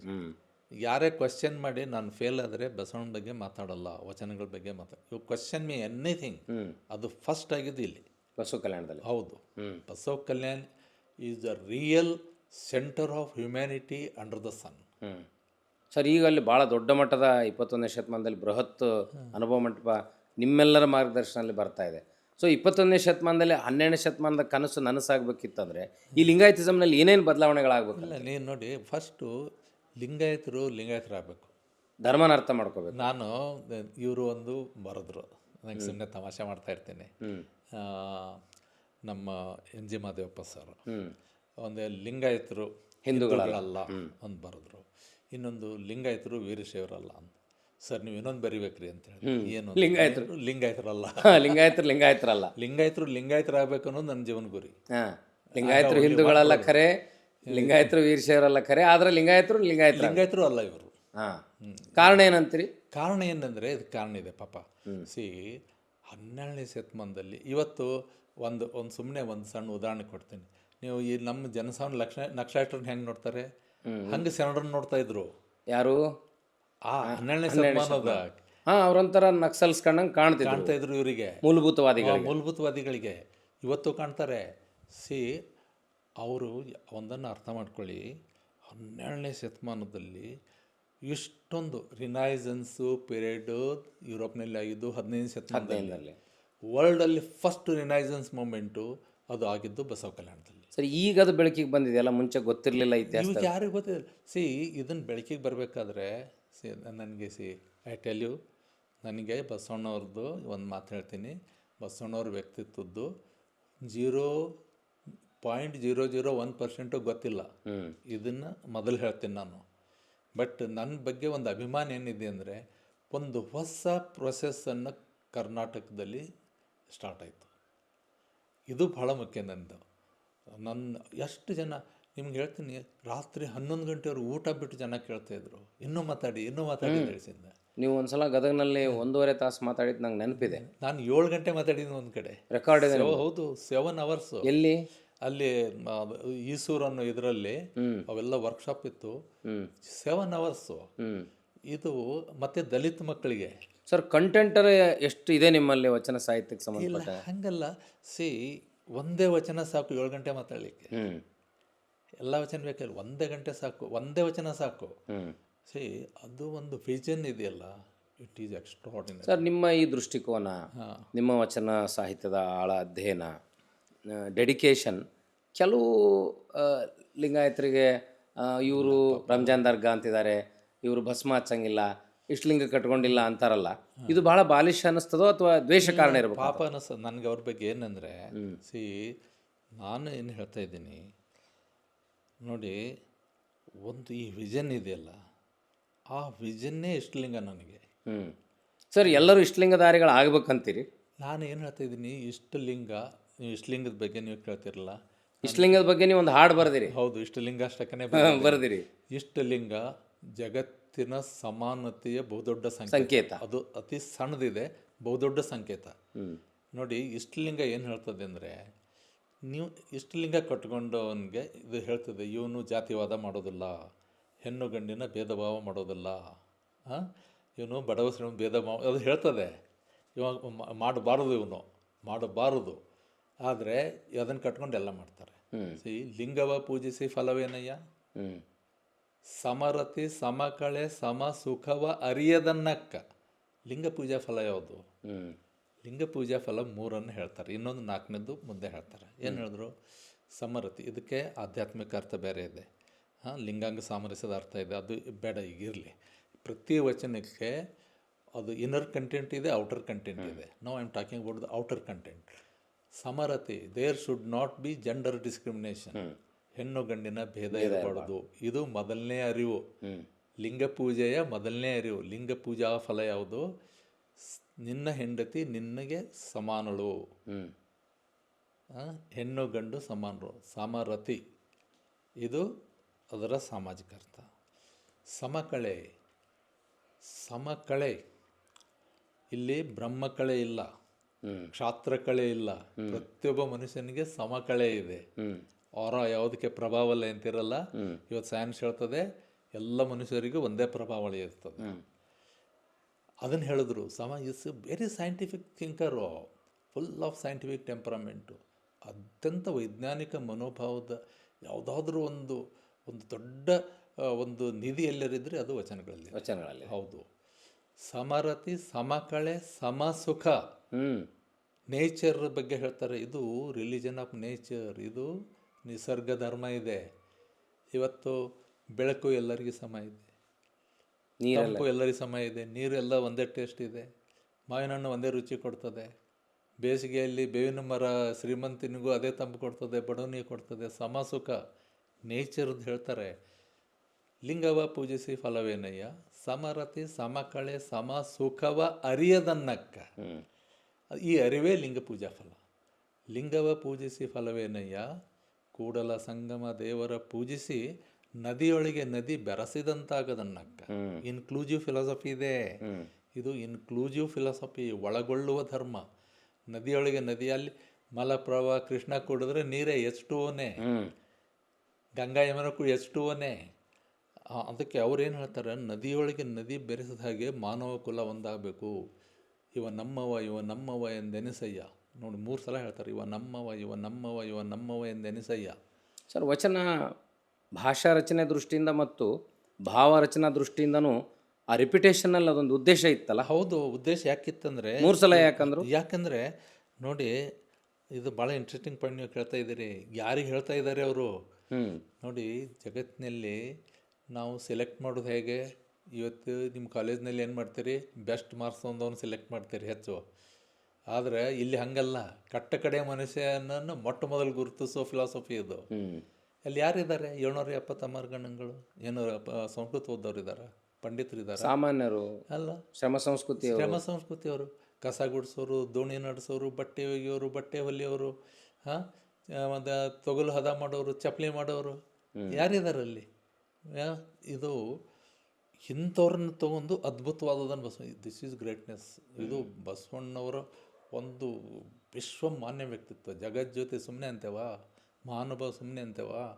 ಇಂಥ ಜನರಿಂದ ಒಂದು ಹೊಸ ಫಿಲಾಸಫಿ, ಅನುಭವ ಅನ್ನೋದು ಒಂದು ಹೊಸ ತತ್ವಜ್ಞಾನ ಕೊಟ್ಟರು. ನೋಡಿ, ವಚನ ನಮ್ಮ ಧರ್ಮಗ್ರಂಥ, ಅನುಭವ ನಮ್ಮ ದರ್ಶನ. ಈ ಅನುಭವ ದರ್ಶನ ಇದೆಯಲ್ಲ, ಇದು ಎಲ್ಲಿಂದ ಬಂತು? ನಾನು ಎಲ್ಲ ಧರ್ಮವನ್ನು ಪ್ರೀತಿಸ್ತೇನೆ, ನನ್ನ ಮನೆ ಎಲ್ಲ ಧರ್ಮದ ಬುಕ್ಸ್ ಇದ್ದಾವೆ. ಆದರೆ ಒಂದು ಮಾತು ಹೇಳ್ತೀನಿ, ಎಲ್ಲ ಧರ್ಮಗಳು ಎಲ್ಲಿ ಹುಟ್ಟಿದ್ವು? ಕೆಲವೊಂದು ಹಿಮಾಲಯದಲ್ಲಿ ಹುಟ್ಟಿದ್ವು, ಅರಣ್ಯದಲ್ಲಿ ಹುಟ್ಟಿದ್ವು, ಗುಹೆಯಲ್ಲಿ ಹುಟ್ಟಿದ್ವು, ಮರದ ಕೆಳಗೆ ಹುಟ್ಟಿದ್ವು. ಆದರೆ ಬಸವಣ್ಣನ ಧರ್ಮ ಹುಟ್ಟಿದ್ದು ಜನಸಾಮಾನ್ಯರ ಮಧ್ಯೆ. It is product of working class and in their hearts. ದುಡಿಯುವ ಜನರ ಹೃದಯದಲ್ಲಿ ಹುಟ್ಟಿದ ಧರ್ಮ ಇದು. ಅದಕ್ಕೆ ಇದರೊಳಗೆ ಎಲ್ಲರಿಂದ ನೋಡಿ ಅವ್ರು ಎಷ್ಟು ಚೆನ್ನಾಗಿ ಹೇಳ್ತಾರೆ. ಯಾಕಂದರೆ ನಿಮ್ಗೆ ಹೇಳಿದ್ನಲ್ಲ, ಹೀಸ್ ಮೆಥಡಾಲಜಿ ಈಸ್ ಅಮೇಜಿಂಗ್. ಅವ್ರೇನು ಹೇಳ್ತಾರೆ? ಕಕ್ಕಯ್ಯನ ಮನೆಯಲ್ಲೂ ಬೇಡಿದೆ, ದಾಸಯ್ಯನ ಮನೆಯಲ್ಲೂ ಬೇಡಿದೆ. ಇದರ ಅರ್ಥ ಏನು? ಸಕಲ ಪುರಾತರು ಸೇರಿ ಭಕ್ತಿ ಭಿಕ್ಷೆಯ ನಿಕ್ಕಿದೊಡೆ ಎನ್ನ ಪಾತ್ರೆ ತುಂಬಿತ್ತು. ಅಂದರೆ ಹ್ಯೂಮನ್ ಎಕ್ಸ್ಪೀರಿಯನ್ಸಿಂದ ಮೆಟಾಫಿಸಿಕಲ್ ಎಕ್ಸ್ಪೀರಿಯನ್ಸ್ಗೂ ಅನುಭವಕ್ಕೂ ಡಿಫ್ರೆನ್ಸ್ ಇದೆ. ಏನಂದರೆ ಅನುಭವ ಇಲ್ಲದೆ ಅನುಭವ ಇಲ್ಲ. There is no metaphysical experience without physical experience. ಅದಕ್ಕೆ ಶರಣರು ದೇವಾಲಯ ಸಂಸ್ಕೃತಿಗಿಂತಲೂ ದೇಹಾಲಯ ಸಂಸ್ಕೃತಿಯನ್ನು ಡೆಫಿನೆಟ್ಲಿ ನಿಮ್ಗೆ ಹೇಳ್ತೀನಿ. ಕಾಯವೇ ಕೈಲಾಸ ಅಂತಾರಲ್ಲ, ಶರಣ ನಿತ್ಯಗೈದಡೆ ಜಪ ಕಾಣಿರೋ ವಚನದಲ್ಲಿ ನೋಡಿ, ಅವರು ಬಸವಣ್ಣವರು ಕಾಯವೇ ಕೈಲಾಸ ಹೇಳಿದ್ರು. ಆಮೇಲೆ ನಮ್ಮ ಐದಕ್ಕಿ ಮಾರಯ್ಯನವರು ಕಾಯಕವೇ ಕೈಲಾಸ ಹೇಳಿದ್ರು. ಆಮೇಲೆ ಮನಸಂದ ಮಾರಯ್ಯನವರು ಕಾಯಕವೇ ಕೈಲಾಸ ಹೇಳಿದ್ದಾರೆ. ಕಾಯದಿಂದ ಕಾಯಕ, ಕಾಯ ಮೂಲ, ಕಾಯದಿಂದ ಕಾಯಕ ಅಲ್ವಾ? ಅದಕ್ಕೆ ಕಾಯವೇ ಕೈಲಾಸ, ಕಾಯಕವೂ ಕೈಲಾಸವೇ, ಅದರದ್ದೇ ಪ್ರಾಡಕ್ಟ್ ಅಲ್ಲ ಸರ್. ವಚನಶಾಸ್ತ್ರದಲ್ಲಿ ದೇಹ ಮತ್ತು ಮನಸ್ಸನ್ನು ಬಿಟ್ಟು ಬೇರೆ ಏನೋ ಹೇಳುವ ಪ್ರಯತ್ನವನ್ನು ಮಾಡದೇ ಇರೋದ್ರ ಮೂಲ ಉದ್ದೇಶ ಏನಂದರೆ ಇಟ್ ಈಸ್ ಸೈನ್ಸ್. ನೋಡಿ, ಅವ್ರೇನು ವಾಟ್ ಈಸ್ ಕೂಡಲ ಸಂಗಮ? ಕೂಡಲ ಸಂಗಮ ಅಂದ್ರೆ ಏನು ಅರ್ಥ? ದೇಹ ಮತ್ತು ಮನಸ್ಸು. ಕೂಡಲ ಸಂಗಮ ದೇವ. ಇವ ಎಲ್ಲಿ ಹುಟ್ಟದ? ಇವು ಕೂಡದಾಗ ಹುಟ್ಟದ. ಆಮೇಲೆ ಇದ್ರ ಸೈನ್ಸ್ ಏನು ಹೇಳ್ತದೆ? ಮ್ಯಾಟರ್ ಆ್ಯಂಡ್ ಎನರ್ಜಿ ಹೇಳ್ತದೆ. ಮ್ಯಾಟರ್ ಆ್ಯಂಡ್ ಎನರ್ಜಿ ಅಂದರೆ ವಸ್ತು ಮತ್ತು ಚೈತನ್ಯ. ನಮ್ಮ ಇದರಲ್ಲಿ ಚೈತನ್ಯ ಅಂತೂ ಅಲ್ಲಿ ಎನರ್ಜಿ ಅಂತಾರೆ. ಈ ಮ್ಯಾಟರ್ ಆ್ಯಂಡ್ ಎನರ್ಜಿ ಇದೆಯಲ್ಲ, ಇದರ ಪ್ರಾಡಕ್ಟು ದೇವರಿಲ್ಲಿ. ದೇವರು ಕೂಡ is a product of this combination. Kudala Sangama, ಕೂಡಲ ಒಂದು ಕ್ರಿಯೆ, ಸಂಗಮ ಅದರ ಪರಿಣಾಮ. ಇದರ ದೇವರವನು. ಆಮೇಲೆ ಅದಕ್ಕೇ ಅವರು ನೋಡಿ ಎಷ್ಟು ಚೆನ್ನಾಗಿ ಹೇಳ್ತಾರಂದರೆ, ಬಸವಣ್ಣ ಬಗ್ಗೆ ಹೇಳ್ತವಾಗ ಎಲ್ಲ ಎಷ್ಟು ಚೆನ್ನಾಗಿ ಹೇಳಿದ್ದಾರೆ. This is Basava philosophy. Allama ಪ್ರಭುಗಳು ಏನು ಹೇಳಿದ್ರು? ಬ ಎಂದು ವಚಿಸೋಡೆ ಅವನು ಹೇಳ್ತಾರೆ ಎಲ್ಲ ಈ ಭವದಿಂದ ಹೊರಗೆ ಬರ್ತದೆ. ಸ ಎಂದು ವಚಿಸುವಡೆ ಅನ್ನೋದು ಸರ್ವಜ್ಞ. ವ ಎಂದು ವಚಿಸುವಡೆ ಅಷ್ಟು ಚೆನ್ನಾಗಿ ಹೇಳಿದ್ದಾರೆ. ವ ಎಂದು ವಚಿಸುವಡೆ ವಸ್ತು ಚೈತನ್ಯಾತ್ಮಕನಾದೆನು. This is philosophy. Basava philosophy is ವಸ್ತು ಚೈತನ್ಯಾತ್ಮಕ ಫಿಲಾಸಫಿ.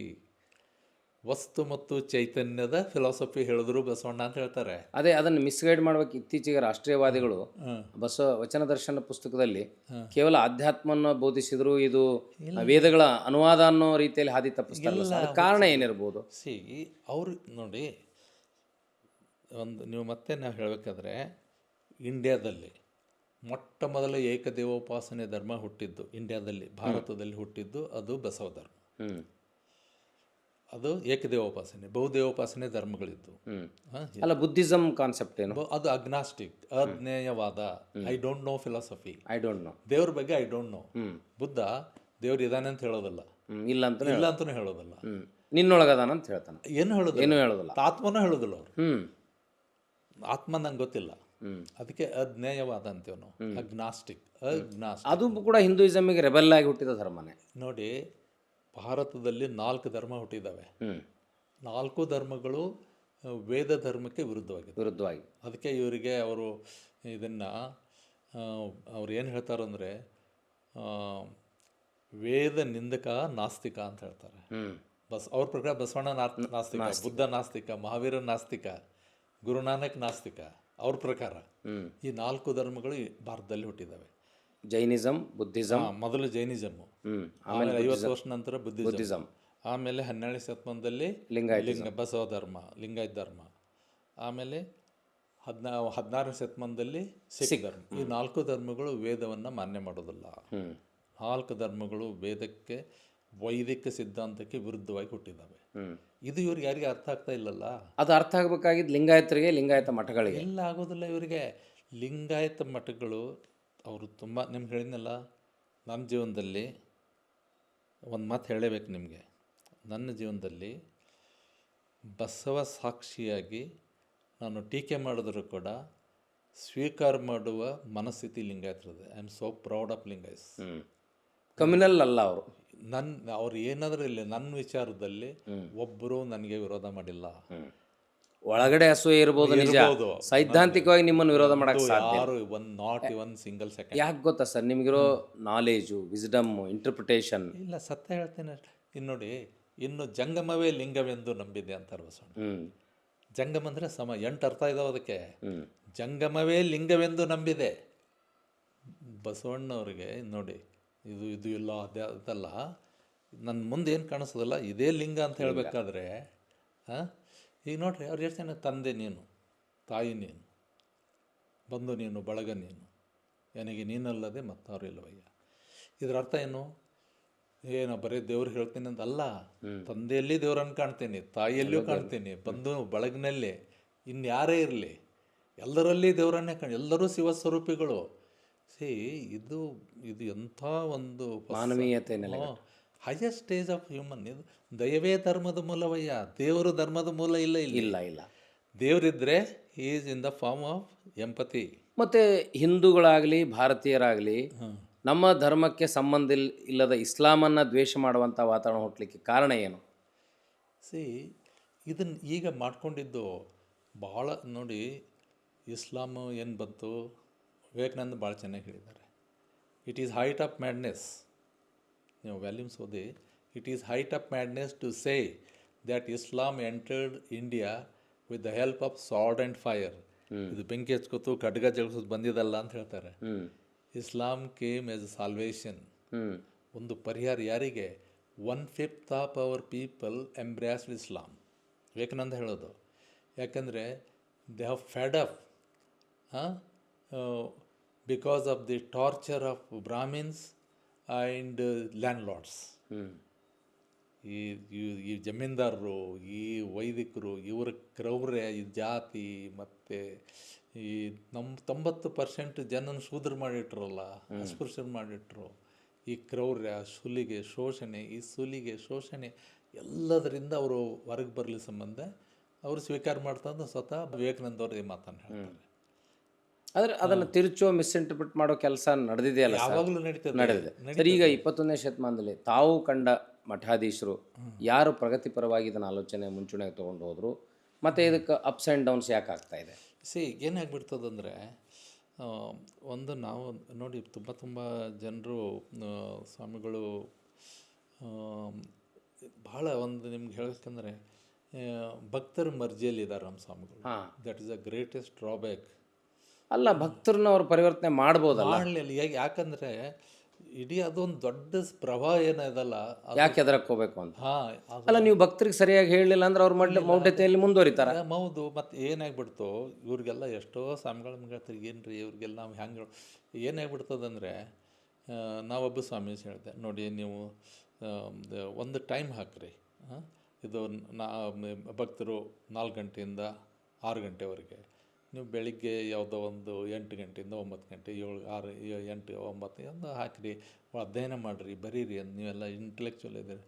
ಇಲ್ರಪ್ಪ ನಾವು ಹಂಗೆ ಬರೋದ್ರಿ, ಇವರು ಆಫೀಸ್ ಮಾಡಿಬಿಟ್ರು ಸ್ವಾಮಿಗಳು ಅಂತಾರೆ. ದರ್ಶನ ಕೊಡಂಗಿಲ್ಲ. Every swami is afraid of bhaktas. ಪ್ರತಿಯೊಬ್ಬ ಸ್ವಾಮಿ ಭಕ್ತರಿಗೆ ಭಯ ಪಡ್ತಾರೆ.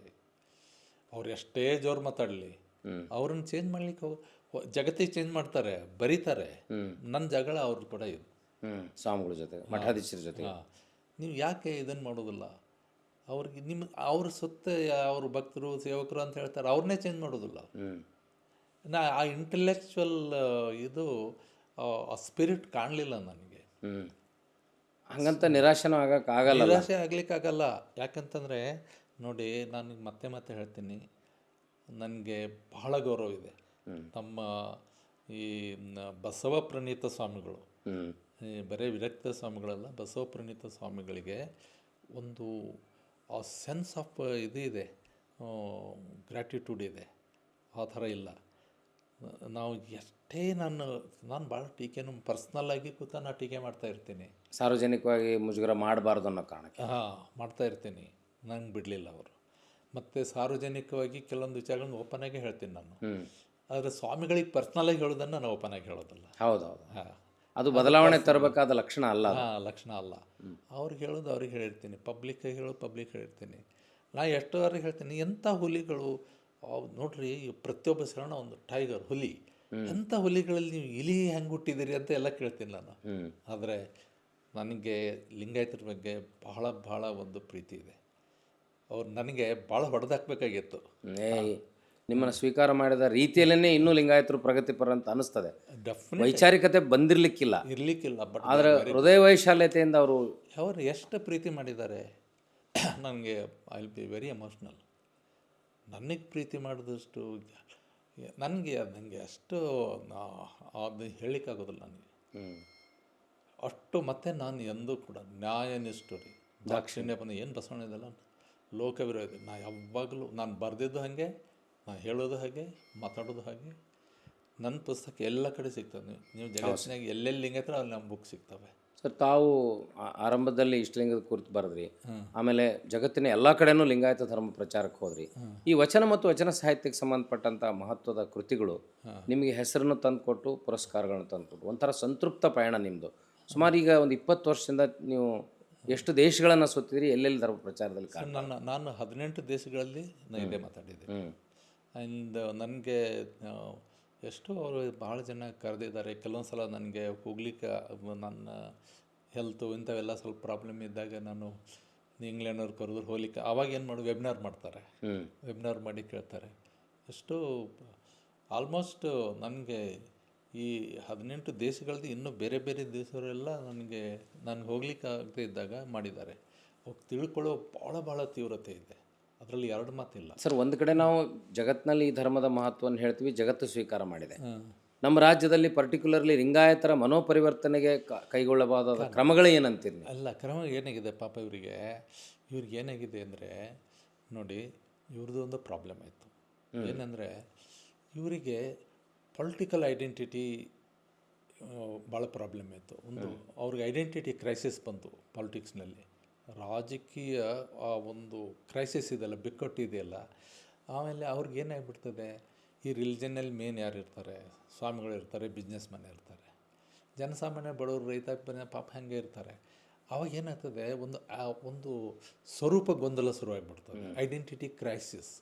ಅವಾಗ ಏನಾಯಿತು, ಇದು ಈ ಈ ಕೋಮುವಾದಿ ಪಕ್ಷಕ್ಕೆ ಜನ ಬೇಕಾಗಿತ್ತು. ಸಂಖ್ಯೆ ಬಹುಸಂಖ್ಯಾತರು ಲಿಂಗಾಯತರಿದ್ದಾರೆ, ಲಿಂಗಾಯತರು ಇರ್ತಾರೆ, ಸೈದ್ಧಾಂತಿಕವಾಗಿ ಕ್ಲಾಶ್ ಆಗುತ್ತೆ. ಒಂದು ನೋಡಿ, ಅವರಿಗೆ ಒಳ್ಳೆ ಸವಾರರು, ಅವ್ರಿಗೆ ಒಳ್ಳೆ ಕುದುರೆ ಬೇಕಾಗಿತ್ತು, ಒಳ್ಳೆ ಸವಾರ. ಕೋಮುವಾದಿಗಳ ಸವಾರಿತನಕ್ಕೆ ಲಿಂಗಾಯತರ ಕುದುರೆಗಳು ಸಿಕ್ಕರು, ಖಂಡಿತ ಆದರು. ಆದರೆ ಏನು ಮಾಡಲಿಲ್ಲ ಅಲ್ಲಿ ಇವ್ರಿಗೆ. ಹೆಂಗೆ ನೋಡಿ, ಇವತ್ತು ಲಿಂಗಾಯತರಿಲ್ಲದೆ ಅವ್ರದ್ದು ಏನೂ ನಡೀದಿಲ್ಲ, ಆದರೂ ಅವ್ರ ಮೇಲೆ ಸವಾರಿ ಮಾಡ್ತಾರೆ, ಅವ್ರನ್ನ ಹತ್ತಿಕ್ಕಕ್ಕೆ ನೋಡ್ತಾರೆ. ಇದು ನಿಮ್ಗೆ ಅಲ್ಲೇರೆ ಏನು ಇದನ್ನು ಕೊಟ್ಟಿದ್ದಾರೋ ಅದು ಕೊಡಲಿಲ್ಲ. ಕಾಂಗ್ರೆಸ್ನಲ್ಲಿ ಲಿಂಗಾಯತಿ ವಿರೋಧಿ ವಾತಾವರಣ ಇದೆ ಅಂತಾರಲ್ಲ. ಇಲ್ಲ, ಕಾಂಗ್ರೆಸ್ನಲ್ಲಿ ಏನಂದರೆ, ಕಾಂಗ್ರೆಸ್ನಲ್ಲಿ ಇರುವಂಥ ಲಿಂಗಾಯತ ನಾಯಕರಿಗೆ ಈ ಸಮಾಜವನ್ನು ಒತ್ತುವ ಲೀಡರ್ಶಿಪ್ ಇದು ಇದೆಯಲ್ಲ, ಅದು ಆ ಸ್ಪಿರಿಟ್ ಇಲ್ಲಿಲ್ಲ ಅವ್ರಿಗೆ. ನೀವು ತೆಗೆದು ನೋಡ್ರಿ, ಅವ್ರು ಎಷ್ಟು ಜನ MLA ಇದ್ದಾರೆ, ಎಷ್ಟು ಜನ ಮಿನಿಸ್ಟ್ರಿ ಇದ್ದಾರೆ, everything is black and white. ನಾವು ಕಾಂಗ್ರೆಸ್ ಮಾಡಿದಂತಲ್ಲ, ಕಾಂಗ್ರೆಸ್ನಲ್ಲಿರುವ ಲಿಂಗಾಯತ ನಾಯಕರು ಅಗ್ರೆಸಿವ್ ಆಗಿಲ್ಲ. ಈಗ ನೋಡ್ರಿ, ಈಗ BJPಯಲ್ಲಿ ವೈದಿಕರ ಪರವಾಗಿ ಅಗ್ರೆಸಿವ್ ಇರೋ ವಾತಾವರಣ ಕಾಂಗ್ರೆಸ್ ಲಿಂಗಾಯತರಲ್ಲಿ ಇಲ್ಲ. ಈಗ ನೋಡ್ರಿ, ಯಡಿಯೂರಪ್ಪ ಅವ್ರು ಯಾರು ಲಿಂಗ ಕಟ್ಕೋತಾರೋ ಇಲ್ಲೋ, ಅವ್ರು ವಿಭೂತಿ ಹಚ್ಕೋತಾರೋ ಇಲ್ಲೋ ನಿಮಗೆ ಗೊತ್ತಿದೆ. ಆಮೇಲೆ ಅವ್ರದ್ದು ಇಡೀ ವೈದಿಕ ಯಜ್ಞ ಎಲ್ಲ ಮಾಡ್ತಾರೆ. ಆದರೂ ಲಿಂಗಾಯತ್ ಯಾಕೆ ನಮ್ಮ? Because identity crisis. Lingayat leader ಹೆಂಗಾದ್ರು? ಲಿಂಗಾಯತ್ ಲೀಡರ್ ಅನ್ನೋದು ಈ ಕ್ಷಣದ ನಮ್ಮ ಐಡೆಂಟಿಟಿಗೆ ಬೇಕು. ಅದಕ್ಕೆ ಹೌ ಕ್ಯಾನ್ ನಾನು ಲಿಂಗಾಯತರಿಗೆ ಎಲ್ಲಿದ್ರು ನಾ I never hate them, I love them so much. ಆದರೆ ಇದು ತಪ್ಪು ಮಾಡ್ತಾ ಇದ್ದೀನಿ. ಅದು ನನಗನ್ಸತಿ that is a temporary political shelter. ನಾನು 25 ವರ್ಷದಿಂದ ಅನೇಕ ಸ್ವಾಮಿಗಳಿಗೆ, ಅವ್ರ ಹೆಸರು ಹೇಳೋದಿಲ್ಲ, ಗಂಟೆಗಟ್ಟಲೆ ಹೇಳಿದ್ದೀನಿ, ಹೋಗಿ ಕುಂತ ಹೇಳಿದ್ದೀನಿ. ಬಸವ ತತ್ವದ ಮೇಲೆ ನಾವು ಬರೆದಿದ್ದೀನಿ. ಬಸವ ತತ್ವದ ಮೇಲೆ Basavanna not just head of the religion, ಅವರು ಕೇವಲ ಧರ್ಮಸ್ಥಾಪಕರಲ್ಲ, ಹೊಸ ರಾಜನೀತಿಯ ಸ್ಥಾಪಕರು, ಪೊಲಿಟಿಕಲ್ ಫಿಲಾಸಫರ್, ಎಕನಾಮಿಸ್ಟ್. ಈಗ ಇಲ್ಲಿ 3 ನೋಡ್ತಾ ಇದ್ದೀರಿ, ಬುದ್ಧ, ಬಸವ, ಅಂಬೇಡ್ಕರ್. ಇದು ಯಾರು ಕೊಟ್ರಿ ಈ ಕಾನ್ಸೆಪ್ಟ್? 1983ನಲ್ಲಿ ನಮ್ಮ ದಲಿತ ಸಂಘರ್ಷ ಸಮಿತಿ 2 ದಿವಸ ನಮ್ಮ ಮನೆಯಲ್ಲಿ 83ನಲ್ಲಿ ಕೂಡಿಸಿ, ಅವರು ಬರೇ ಬುದ್ಧ ಅಂಬೇಡ್ಕರ್ ಮಾಡ್ತಾಯಿದ್ರು. ನೋಡಿ, ಮಿಸ್ಸಿಂಗ್ ಲಿಂಕ್ ಆಗ್ತದೆ. ಇದು ಬಸವಣ್ಣ ಅಂದರೆ ಕರ್ನಾಟಕದ ಬುದ್ಧ. ನೀವು ಬಸವಣ್ಣನ ಬಿಟ್ಟು ಇದು ಮಾಡಲಿಕ್ಕಾಗಲ್ಲ.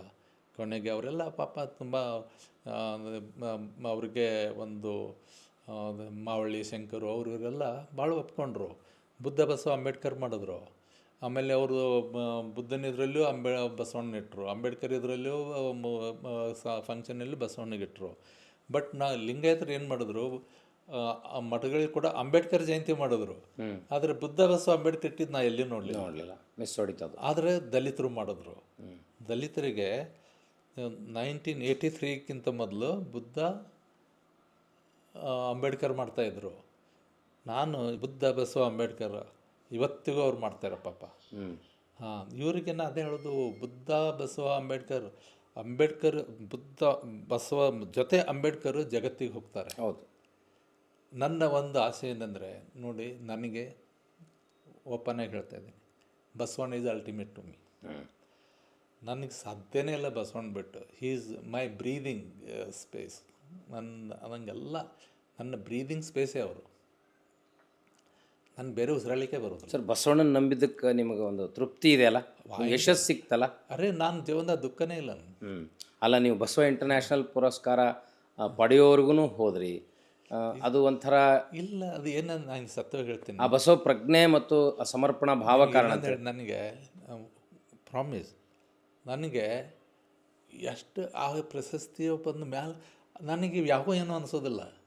ನನ್ನ 24/7 ನನಗೆ ಬಸವ ವಚನ. ಹೌದು, ನನಗೆ ಯಾವುದೂ ಏನೋ ಅನಿಸೋದು. ಬಸವಣ್ಣನೇ ಜೀವಾಳ, ಎಲ್ಲ ವಚನಗಳೇ ಉಸಿರು. ಅದೇ ನಂಗೆ ಉಸಿರಾಡಲಿಕ್ಕೆ ಆಗೋದಿಲ್ಲ ಆ ಸ್ಪೇಸ್ ಬಿಟ್ಟರೆ. ಯಾಕೆ ನಾನು ಹೇಳ್ತೀನಿ ಅಂದರೆ, ಇಟ್ ಈಸ್ ನಾಟ್ ಎಮೋಷ್ನಲ್ ಇದಲ್ಲ, it is science, it is reality. 1853ನಲ್ಲಿ ನೋಡಿ, ನ್ಯೂಯಾರ್ಕ್ ಡೈಲಿ ಟ್ರಿಬ್ಯುನಲ್ಗೆ ಕಾರ್ಮಸ್ ಬರೀತಾರೆ, ದಿ ರಿಲಿಜನ್ ಆಫ್ ಲಿಂಗಮ್. 1853 ಇವರಿಗೆ ಬಸವಣ್ಣದ ಎತ್ತ ಹೇಳ್ಕೊಂಡಿದ್ರು ಇವರು. 1853ನಲ್ಲಿ ಹೇಳ್ತಾರೆ, ಗೊತ್ತಿತ್ತು ಅಂತೀರಿ ಅವಾಗ? ಅರೇ ಬಸವಣ್ಣ ಹೆಸರು ಲಿಂಗಂ, ಅಲ್ಲಿ ದಕ್ಷಿಣ ಭಾರತದಲ್ಲಿ ಒಂದು ಧರ್ಮ ಇದೆ, ಅದು ರಿಲಿಜನ್ ಆಫ್ ಲಿಂಗಮ್ ಅಂತ ಬರೀತಾರೆ ಪಾಪ. ಅದ್ರ ವಿವರವಾಗಿ ಡೀಟೇಲ್ ಆಗಿ ಗೊತ್ತಿರಂಗಿಲ್ಲ ಅವ್ರಿಗೆ. ಇಲ್ಲ, ಆದರೂ ಎಂಥ ಅದ್ಭುತ ಹೇಳಿ 4 ಕ್ಯಾರೆಕ್ಟರ್ ಹೇಳ್ತಾರೆ. ಕ್ಯಾರೆಕ್ಟರ್ ಆಫ್ ದಿಸ್ ರಿಲಿಜನ್ ಹೇಳ್ತಾರೆ. ಯಾವ್ಯಾವ ಹೇಳ್ತಾರೆ ಸರ್? ಯಾವ್ಯಾವ ಹೇಳ್ತಾರೆ ಅಂದರೆ, ಇವರಿಗೆ ಯಾವುದೇ ಪವಿತ್ರ ಕ್ಷೇತ್ರ ಇಲ್ಲ. ಹಾಂ. ಎರಡನೇದ್ದು, ಇವರು ವ್ರತಗಳನ್ನು ಯಜ್ಞ ಬರೋದಲ್ಲ, ವ್ರತ ನಿಯಮಗಳನ್ನು ಇವರಿಗಿಲ್ಲ. ಆಮೇಲೆ ಇವರು ನಿರಾಕಾರ ಇದು ಇದೆ ಇವರಿಗೆ, ನಿರಾಕಾರವಾಗಿ ಇದನ್ನು ನೋಡ್ತಾರೆ. ಆಮೇಲೆ ಇವರಿಗೆ ಒಂದು ಇನ್ನೊಂದು ಪಾಯಿಂಟ್ ಹೇಳ್ತಾರೆ, ಡಿಸ್ಕ್ರಿಮಿನೇಷನ್. ಹಾಂ, ಅದು ಯಾವುದೂ ಇಲ್ಲ. ಹಾಂ, ಜಾತಿ ಧರ್ಮದ ಅದು ಯಾವುದೂ ಇದು ಇಲ್ಲ. ಎಷ್ಟು ಪರ್ಫೆಕ್ಟ್ ಹೇಳಿದ್ದಾರೆ ಅಂದರೆ, ಇವೆಲ್ಲ ನೋಡಿ 1853, ಜಸ್ಟ್ ಇಮ್ಯಾಜಿನ್. ಎಷ್ಟು 1853ದಲ್ಲಿ ಯಾರು ಹೇಳ್ತಾರೆ ಸರ್? ಕಾರ್ಲ್ ಮಾರ್ಕ್ಸ್ ಹೇಳ್ತಾರೆ. ಕಾರ್ಲ್ ಮಾರ್ಕ್ಸ್ ಹೇಳಿದ್ದಾನೆ. ರೋಟ್ ನೋಡಿ ಅಥೆಂಟಿಸಿಟಿ ಆಫ್ 1853ನಲ್ಲಿ ನ್ಯೂಯಾರ್ಕ್ ಡೈಲಿ ಟ್ರಿಬ್ಯುನಲ್ನಲ್ಲಿ ಬರ್ತದೆ. ಮುಂದೆ 1858ನಲ್ಲಿ first war of Indian independence ಬುಕ್ನಲ್ಲಿ ಅವ್ರು ಬರೀತಾರೆ. ಆಮೇಲೆ ಅವರು ಹೇಳ್ತಾರೆ, ಇಂಡಿಯಾದ ಬಗ್ಗೆ ಹೇಳ್ತಾರೆ. ಹೆಂಗೆ ಹೇಳ್ತಾರೆ ಅಂದರೆ ನೋಡಿ, ಇದ್ರ ಮಹತ್ವ ಎಷ್ಟದೆ ಅಂದರೆ, ಅವ್ರು ಅದನ್ನು ಅದ್ರಾಗ ಬರೀತಾರೆ, Brahmins in India have created worst hell then the Christian creation in Europe. ನೋಡಿ, ಇದು ಬಸವಣ್ಣನ ಗ್ರೇಟ್ನೆಸ್ ಎಲ್ಲಿ ಅಂದರೆ, ಇದನ್ನು ಏನು ಈ ಹೆಲ್ ಏನು ಕ್ರಿಯೇಟ್ ಮಾಡಿದ್ರಲ್ಲ, ಅದನ್ನು ಎರಾಡಿಕೇಟ್ ಮಾಡಲಿಕ್ಕೆ, ಅದನ್ನು ತೆಗೆದೊಯ್ಯಲಿಕ್ಕೆ ಬಸವಣ್ಣ ಬಂದರು. ಚಾತುರ್ವರ್ಣ ವ್ಯವಸ್ಥೆ ಅಸ್ತ್ರ ಆಯ್ತಲ್ಲ ಸರ್, ಆ ಹೆಲ್ಲನ್ನು ಕ್ರಿಯೇಟ್ ಮಾಡಿ. ಹೌದು. ಇವರು ನೋಡಿ, ಇಡೀ ಇಂಡಿಯನ್ ಹಿಸ್ಟ್ರಿನಲ್ಲಿ ವೈದಿಕ ಶಕ್ತಿಯನ್ನು ಸಾಮೂಹಿಕವಾಗಿ ಎದುರಿಸಿದ ಮೊಟ್ಟ ಮೊದಲ ವ್ಯಕ್ತಿ ಬಸವಣ್ಣ ಸರ್. ಮತ್ತು ವಿಫಲನೂ ಆಯ್ತಲ್ಲ? ವಿಫಲ ಆಗಿಲ್ಲ. I never say. ಓಕೆ, ವಿಫಲ ಆಗಿಲ್ಲ. ವಿಫಲ ಆಗಿದ್ದರೆ ಇವತ್ತು ನಾವು ಮಾತಾಡ್ತಿದ್ವಿ. ಶರಣರಿಗೆ ಶಿಕ್ಷೆ ಆಗಿದ್ದು ಒಂದು ತಾತ್ಕಾಲಿಕ ತಡೆ. ನೋಡಿ, ಇವ್ರಿಗೆ ಏನಾಗಿದೆ ಅಂದರೆ, ಇವ್ರನ್ನ ರೊಮ್ಯಾಂಟಿಸೈಸ್ ಮಾಡಿದ್ರು. ಇವರು ಒಂದು ರಮ್ಯ ಇದನ್ನು ಕ್ರಿಯೇಟ್ ಮಾಡಿದ್ರು. ಇವು ಯಾವ ಬರಿತಿದ್ದಿಲ್ಲ, ಓದ್ತಿದ್ದಿಲ್ಲಲ್ಲ ಇವೆಲ್ಲ.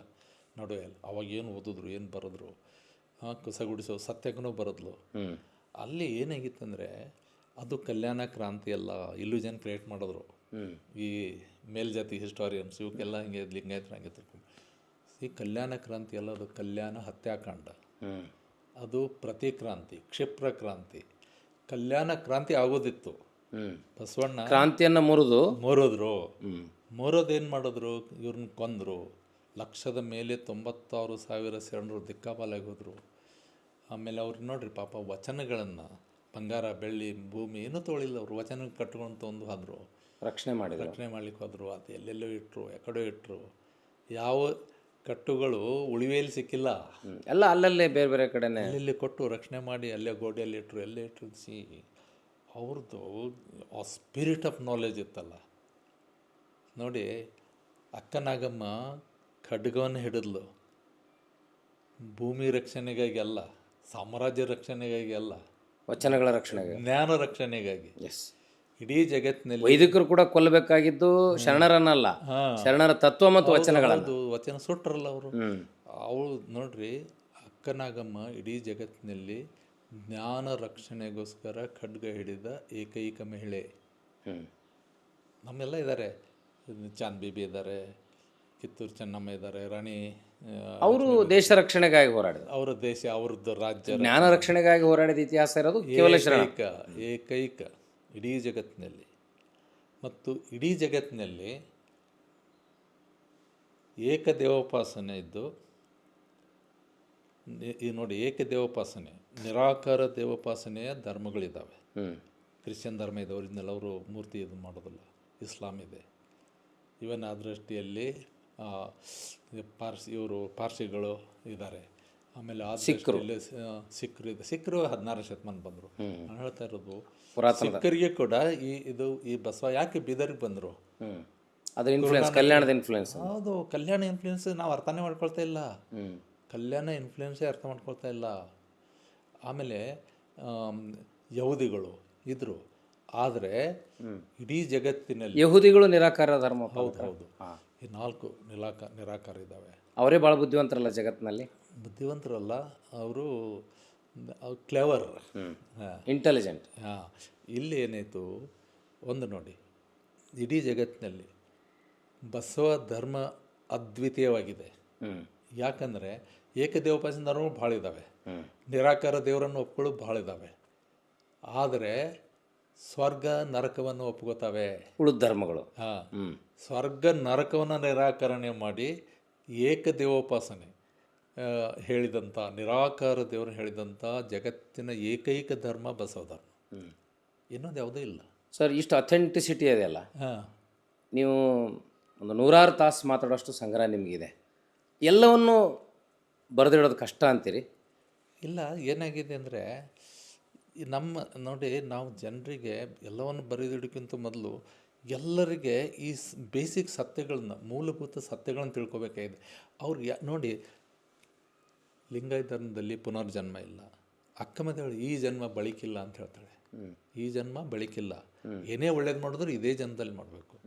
ಇಲ್ಲಿ ಕೈಲಾಸ ಇಲ್ಲ. ಕೈಲಾಸ ಎಂಬುದೇನೋ ಪೃಥ್ವಿಯ ಮೇಲೊಂದು ಮರಡಿ, ಡ್ರೈ ಲ್ಯಾಂಡ್, ಒಂದು ಒಣಭೂಮಿ. ನೋಡಿ ಎಷ್ಟು ಅದ್ಭುತವಾಗಿ ಹೇಳ್ತಾರೆ. ಹಾಂ, ಕೈಲಾಸ ಇದೊಂದೇ ಧರ್ಮ ಅಂತೀರಿ ಸರ್? ಇದು ಒಂದೇ ಜಗತ್ತಿನಲ್ಲಿ, ಇಡೀ ಜಗತ್ತಿನಲ್ಲಿ ದಿಸ್ ಮಚ್ ಚಾಲೆಂಜ್. ಸರ್, ಒಂದು ನನಗೆ ಆಸೆ ಇದೆ. ಹಾಂ, ಈಗ ಎಲ್ಲ ನಿಮ್ಮ ಭಾವನೆಗಳನ್ನು ರೈಟಿಂಗ್ ಇಳಿಸೋದು ಕಷ್ಟನೂ ಆಗ್ಬೋದು, ಸಮಯನೂ ಬೇಕಾಗ್ಬೋದು. ಈಗ ಭಾಳ ದೊಡ್ಡ ಟೆಕ್ನಿಕಲ್ ವೆಪನ್ ಅಂತಂದರೆ ಯೂಟ್ಯೂಬ್ ಮತ್ತು ಎಲೆಕ್ಟ್ರಾನಿಕ್ ಮೀಡಿಯಾ. ಹೌದು. ನಮಗೆ ನೀವು ವಚನವಾಹಿನಿಗೆ ನಿಮ್ಮಲ್ಲಿರೋ ಎಲ್ಲ ಜ್ಞಾನವನ್ನು ಮುಂದಿನ ದಿನಗಳಲ್ಲಿ ಮಾತಿನ ಮೆರವಣಿಗೆ ಮೂಲಕ ಬರ್ತೀರಾ? ಖಂಡಿತವಾಗಿ ಬರ್ತೀನಿ ಸರ್. ತಾವು ಇಲ್ಲಿವರೆಗೂ ಲಿಂಗಾಯತ ಧರ್ಮದ ಶ್ರೇಷ್ಠತೆ ಅಂದರೆ ಬಸವ ಫಿಲಾಸಫಿ ಶ್ರೇಷ್ಠತೆಯನ್ನು ಇತರ ಧರ್ಮಗಳೊಂದಿಗೆ ಹೋಲಿಸ್ಕೊಂಡು ಹೇಳಿದ್ರಿ. ಮುಖ್ಯವಾಗಿ ಇವತ್ತು ಆಗಬೇಕಾಗಿರುವಂಥ ಮೂಲಭೂತ ಅಥವಾ ಮುಂದಿನ ಮಾರ್ಗದ ಬಗ್ಗೆ ಏನು ಹೇಳಲೇಬೇಕು ಅನ್ನಿಸ್ತದೆ ಸರ್ ತಮಗೆ? ನೋಡಿ, ಮೊದಲನೇದಾಗಿ ಇದು ಭಾಳ ನಾನು ಸ್ಪಷ್ಟಪಡಿಸ್ತೇನೆ. ನನಗೆಲ್ಲ ಧರ್ಮಗಳಿಗೂ ಪ್ರೀತಿ ಇದೆ, ಆದರೆ ಇದು ವಿಶಿಷ್ಟವಾಗಿದೆ. ಆಯಾ ಧರ್ಮ ಅವಕ್ಕೆ ವಿಶಿಷ್ಟವಾಗಿದ್ದಾವೆ, ಇರ್ಬೋದು. ಇದು ವಿಶಿಷ್ಟವಾಗಿದೆ. ಯಾಕೆ ವಿಶಿಷ್ಟವಾಗಿದೆ ಅಂದರೆ, ಈಗ ನೋಡಿ, ಜಗತ್ತಿನಲ್ಲಿ ಅತಿ ಶ್ರೇಷ್ಠ ವಿಜ್ಞಾನಿ ಐನ್ಸ್ಟೈನ್ ಅಂತ ಹೇಳ್ತಾರೆ. ಐನ್ಸ್ಟೈನ್ ಏನು ಹೇಳಿದ್ರು? Einstein told everything has come out from vacuum and it will end up in vacuum. ಇದನ್ನು ಐನ್ಸ್ಟೈನ್ ಮೊದಲು ಹೇಳಿದ್ದಲ್ಲ, ನಮ್ಮ ಬಸವಣ್ಣ ಹೇಳಿದ್ದು, ನಮ್ಮ ಶರಣರು ಹೇಳಿದ್ದು. ಇದು ಬಯಲು ತತ್ವ ಇದೆ. ಅಲ್ಲಮ್ಮ ಹೇಳ್ತಾನೆ ಶೂನ್ಯ ಮತ್ತು ಬಯಲು. ಎಲ್ಲರೂ ಅದು ವಸ್ತು ಚೈತನ್ಯಾತ್ಮ ಏನು ಹೇಳಿದ್ರಲ್ಲ, ಬಸವಣ್ಣ ಹತ್ರ ಯಾಕೆ ಬಂದರು? ನಾನು ಎಲ್ಲ ಶರಣರು ಈಕ್ವಲ್, ನನಗೆ ಬಸವಣ್ಣ ಯಾರಿಗಿಂತಲೂ ನನಗಿಂತ ಕಿರಿಯರಿಲ್ಲ ಅಂತ ಹೇಳಿದ್ದಾರೆ. ಆದರೆ ಸೈದ್ಧಾಂತಿಕವಾಗಿ ಹೇಳಬೇಕಾದ್ರೆ ಈ ಜೇನುಗೂಡಿನ ರಾಣಿ ಜೇನು ಯಾರು, ಇದು ನಿರ್ಣಾಯಕ ಆಗಬೇಕಲ್ಲ. ಈ ಜೇನುಗೂಡಿನ, ನವ ಸಮಾಜದ ಜೇನುಗೂಡಿನ ರಾಣಿ ಜೇನು ಬಸವಣ್ಣ. ರಾಣಿ ಜೇನು ಬಸವಣ್ಣ ಇದ್ದಾಗಲ್ವಾ ಎಲ್ಲರೂ ಬಂದರು. ಎಲ್ಲಿಂದ ಬಂದರು ಅವರು? ಎಷ್ಟು ನೋಡಿ, ನಮ್ಮ ಒಬ್ಬರು ಮಿಲ್ಟ್ರಿಯಲ್ಲಿದ್ದ ಫ್ರೆಂಡ್ ಹೇಳ್ತಾಯಿದ್ರು, ನಮ್ಮ ಗೆಳೆಯರು, ಅವ್ರು ತೀರ್ಕೊಂಡ್ರು, ಹಿರಿಯರಿದ್ರು ನಮಗಿದ್ಲು. ಅವರು ಲದಾಖ್ನಲ್ಲಿದ್ದರು. ಅಲ್ಲಿ ಅಲ್ಲಮ ಮಾರ್ಗ ಅಂತ ಇದೆ ಅಂತ. ಹಾಂ, ಅವ್ರು ಹೇಳ್ತಾಯಿದ್ರು. ಈ ಅಲ್ಲಮ್ಮ, ಅಕ್ಕ, ಇವರಿಗೆಲ್ಲ ನಾರ್ತ್ನಲ್ಲಿ ಇವರೆಲ್ಲ ಹೆಸರುಗಳು ಬರ್ತವೆ. ಅಲ್ಲಮ್ಮ ಅಷ್ಟೆಲ್ಲ ಸುತ್ತ ಬಂದಿರು, ಅಷ್ಟೆಲ್ಲ ಸುತ್ತ ಬಂದು ಇವ್ರು ಯಾಕೆ ಅಲ್ಲಮ್ಮನನ್ನು ಏನು ಮಾಡಿದ್ರು? ಶೂನ್ಯ ಸಿಂಹಾಸನಾಧೀಶ್ವರ ಮಾಡಿದ್ರು. ನಟುವರ ಜನಾಂಗ ಅಂದರೆ ಅವರು ಅತ್ಯಂತ ತುಳಿತಕ್ಕೊಳಗಾದ ಜನಾಂಗ. ಆಮೇಲೆ ಅತ್ಯಂತ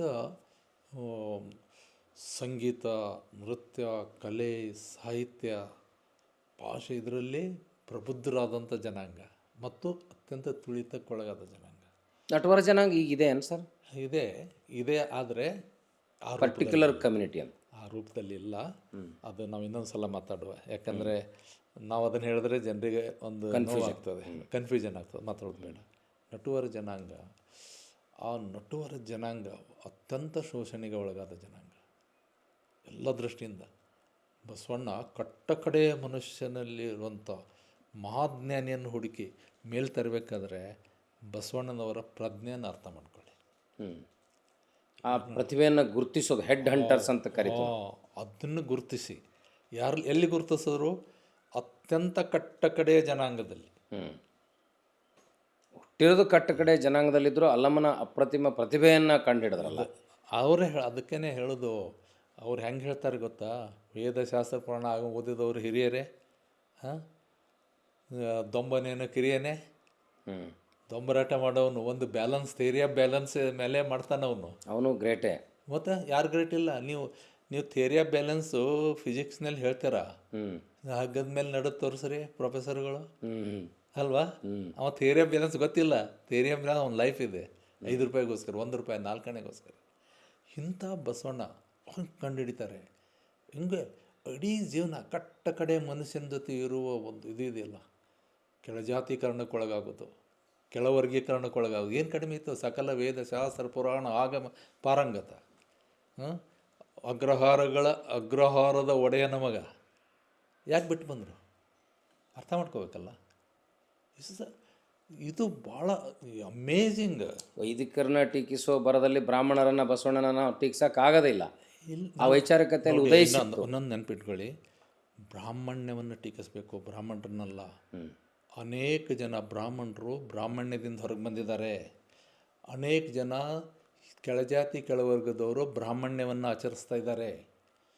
ಬ್ರಾಹ್ಮಣ್ಯ ಕೇವಲ ಬ್ರಾಹ್ಮಣರ ಜೊತೆ ಇಲ್ಲ, ಬ್ರಾಹ್ಮಣ್ಯ ಅನ್ನೋದು ಲಿಂಗಾಯತರ ಜೊತೆ ಇದೆ, ಮುಸ್ಲಿಮರ ಜೊತೆ ಇದೆ, ಕ್ರೈಸ್ತರ ಜೊತೆ ಇದೆ. ಅಲ್ಲಿ ಜಾತಿಗಳಿದ್ದಾವೆ. ಬ್ರಾಹ್ಮಣ್ಯ ಅಂದರೆ ಫ್ಯೂಡಲ್ ಅಟಿಟ್ಯೂಡು ಅಷ್ಟೇ. ಈ ಬ್ರಾಹ್ಮಣ್ಯ ಏನದಲ್ಲ, ಈ ಶ್ರೇಷ್ಠತೆಯ ಒಂದು ತವಕ ಇದೆಯಲ್ಲ, ಅದೇ ಬ್ರಾಹ್ಮಣ್ಯ. ಒಬ್ಬ ಈ ಬಲಗೈನವನು ಏನು ಹೇಳ್ತಾನೆ, ಎಡಗೈವನಿಗಿಂತಲೂ ನಾ ಶ್ರೇಷ್ಠ ಅಂತಾನೆ. Superiority complex. ಎಡಗೈನವನು ಏನು ಹೇಳ್ತಾನೆ, ನಾನು ದಕ್ಕಲ್ಗಿಂತಲೂ ಅವನಕಿತ್ಲು ನಾ ಶ್ರೇಷ್ಠ ಅಂತಾನೆ. ಅವೇನಂತಾನೆ, ನನ್ನ ಹೆಂಡತಿಗಿಂತಲೂ ನಾ ಶ್ರೇಷ್ಠ ಅಂತ. ಅಲ್ಲಿಗೆ ಬಂದು ನಿಂತು ಆ ಹೆಂಡತಿ ಮಕ್ಕಳಿಗಿಂತಲೂ ನಾ ಶ್ರೇಷ್ಠ ಅಂತಾಳೆ. ಇದನ್ನು ಅರ್ಥ ಮಾಡಿ, ಇದಲ್ಲ, ಈ ಶ್ರೇಷ್ಠತೆಯ ರೋಗ ಇದೆಯಲ್ಲ, ಇದು ಬ್ರಾಹ್ಮಣ್ಯ. ಇದು ಎಲ್ಲರಿಗಿದೆ. ಮುಸ್ಲಿಮ್ಸಲ್ಲಿ ಇದೆ. ಅವರು ಪಿಂಜಾರಿಗೆ ಹೆಂಗೆ ನೋಡ್ತಾರೆ, ನಾಲ್ ಬಡಿಯವ್ರಿಗೆ ಹೆಂಗೆ ನೋಡ್ತಾರೆ, ಎಮ್ಮೆ ಬಳಸೋ ಜಾತ್ಕಾರಿಗೆ ಹೆಂಗೆ ನೋಡ್ತಾರೆ, ಅಲ್ವಾ? ಬಂದ ನಾವೆಲ್ಲರೂ ಮನುವಾದಿಗಳಿದ್ದೇವೆ. ಈ ಸತ್ಯವನ್ನು ಅರ್ಥ ಮಾಡ್ಕೋಬೇಕು.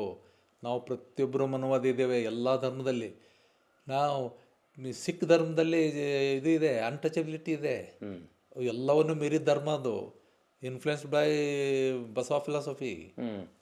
ಅಲ್ಲಿನೂ ಇದೆ, ಲಿಂಗಾಯತರಲ್ಲಿದೆ, ಅನ್ಟಚಬಿಲಿಟಿ ಇದೆ, ಮುಸ್ಲಿಮ್ಸಲ್ಲಿದೆ. ಅನ್ಟಚಬಿಲಿಟಿ ಇರದಿದ್ರು ಕೂಡ ಕೀಳಾಗಿ ನೋಡೋದಿದೆ.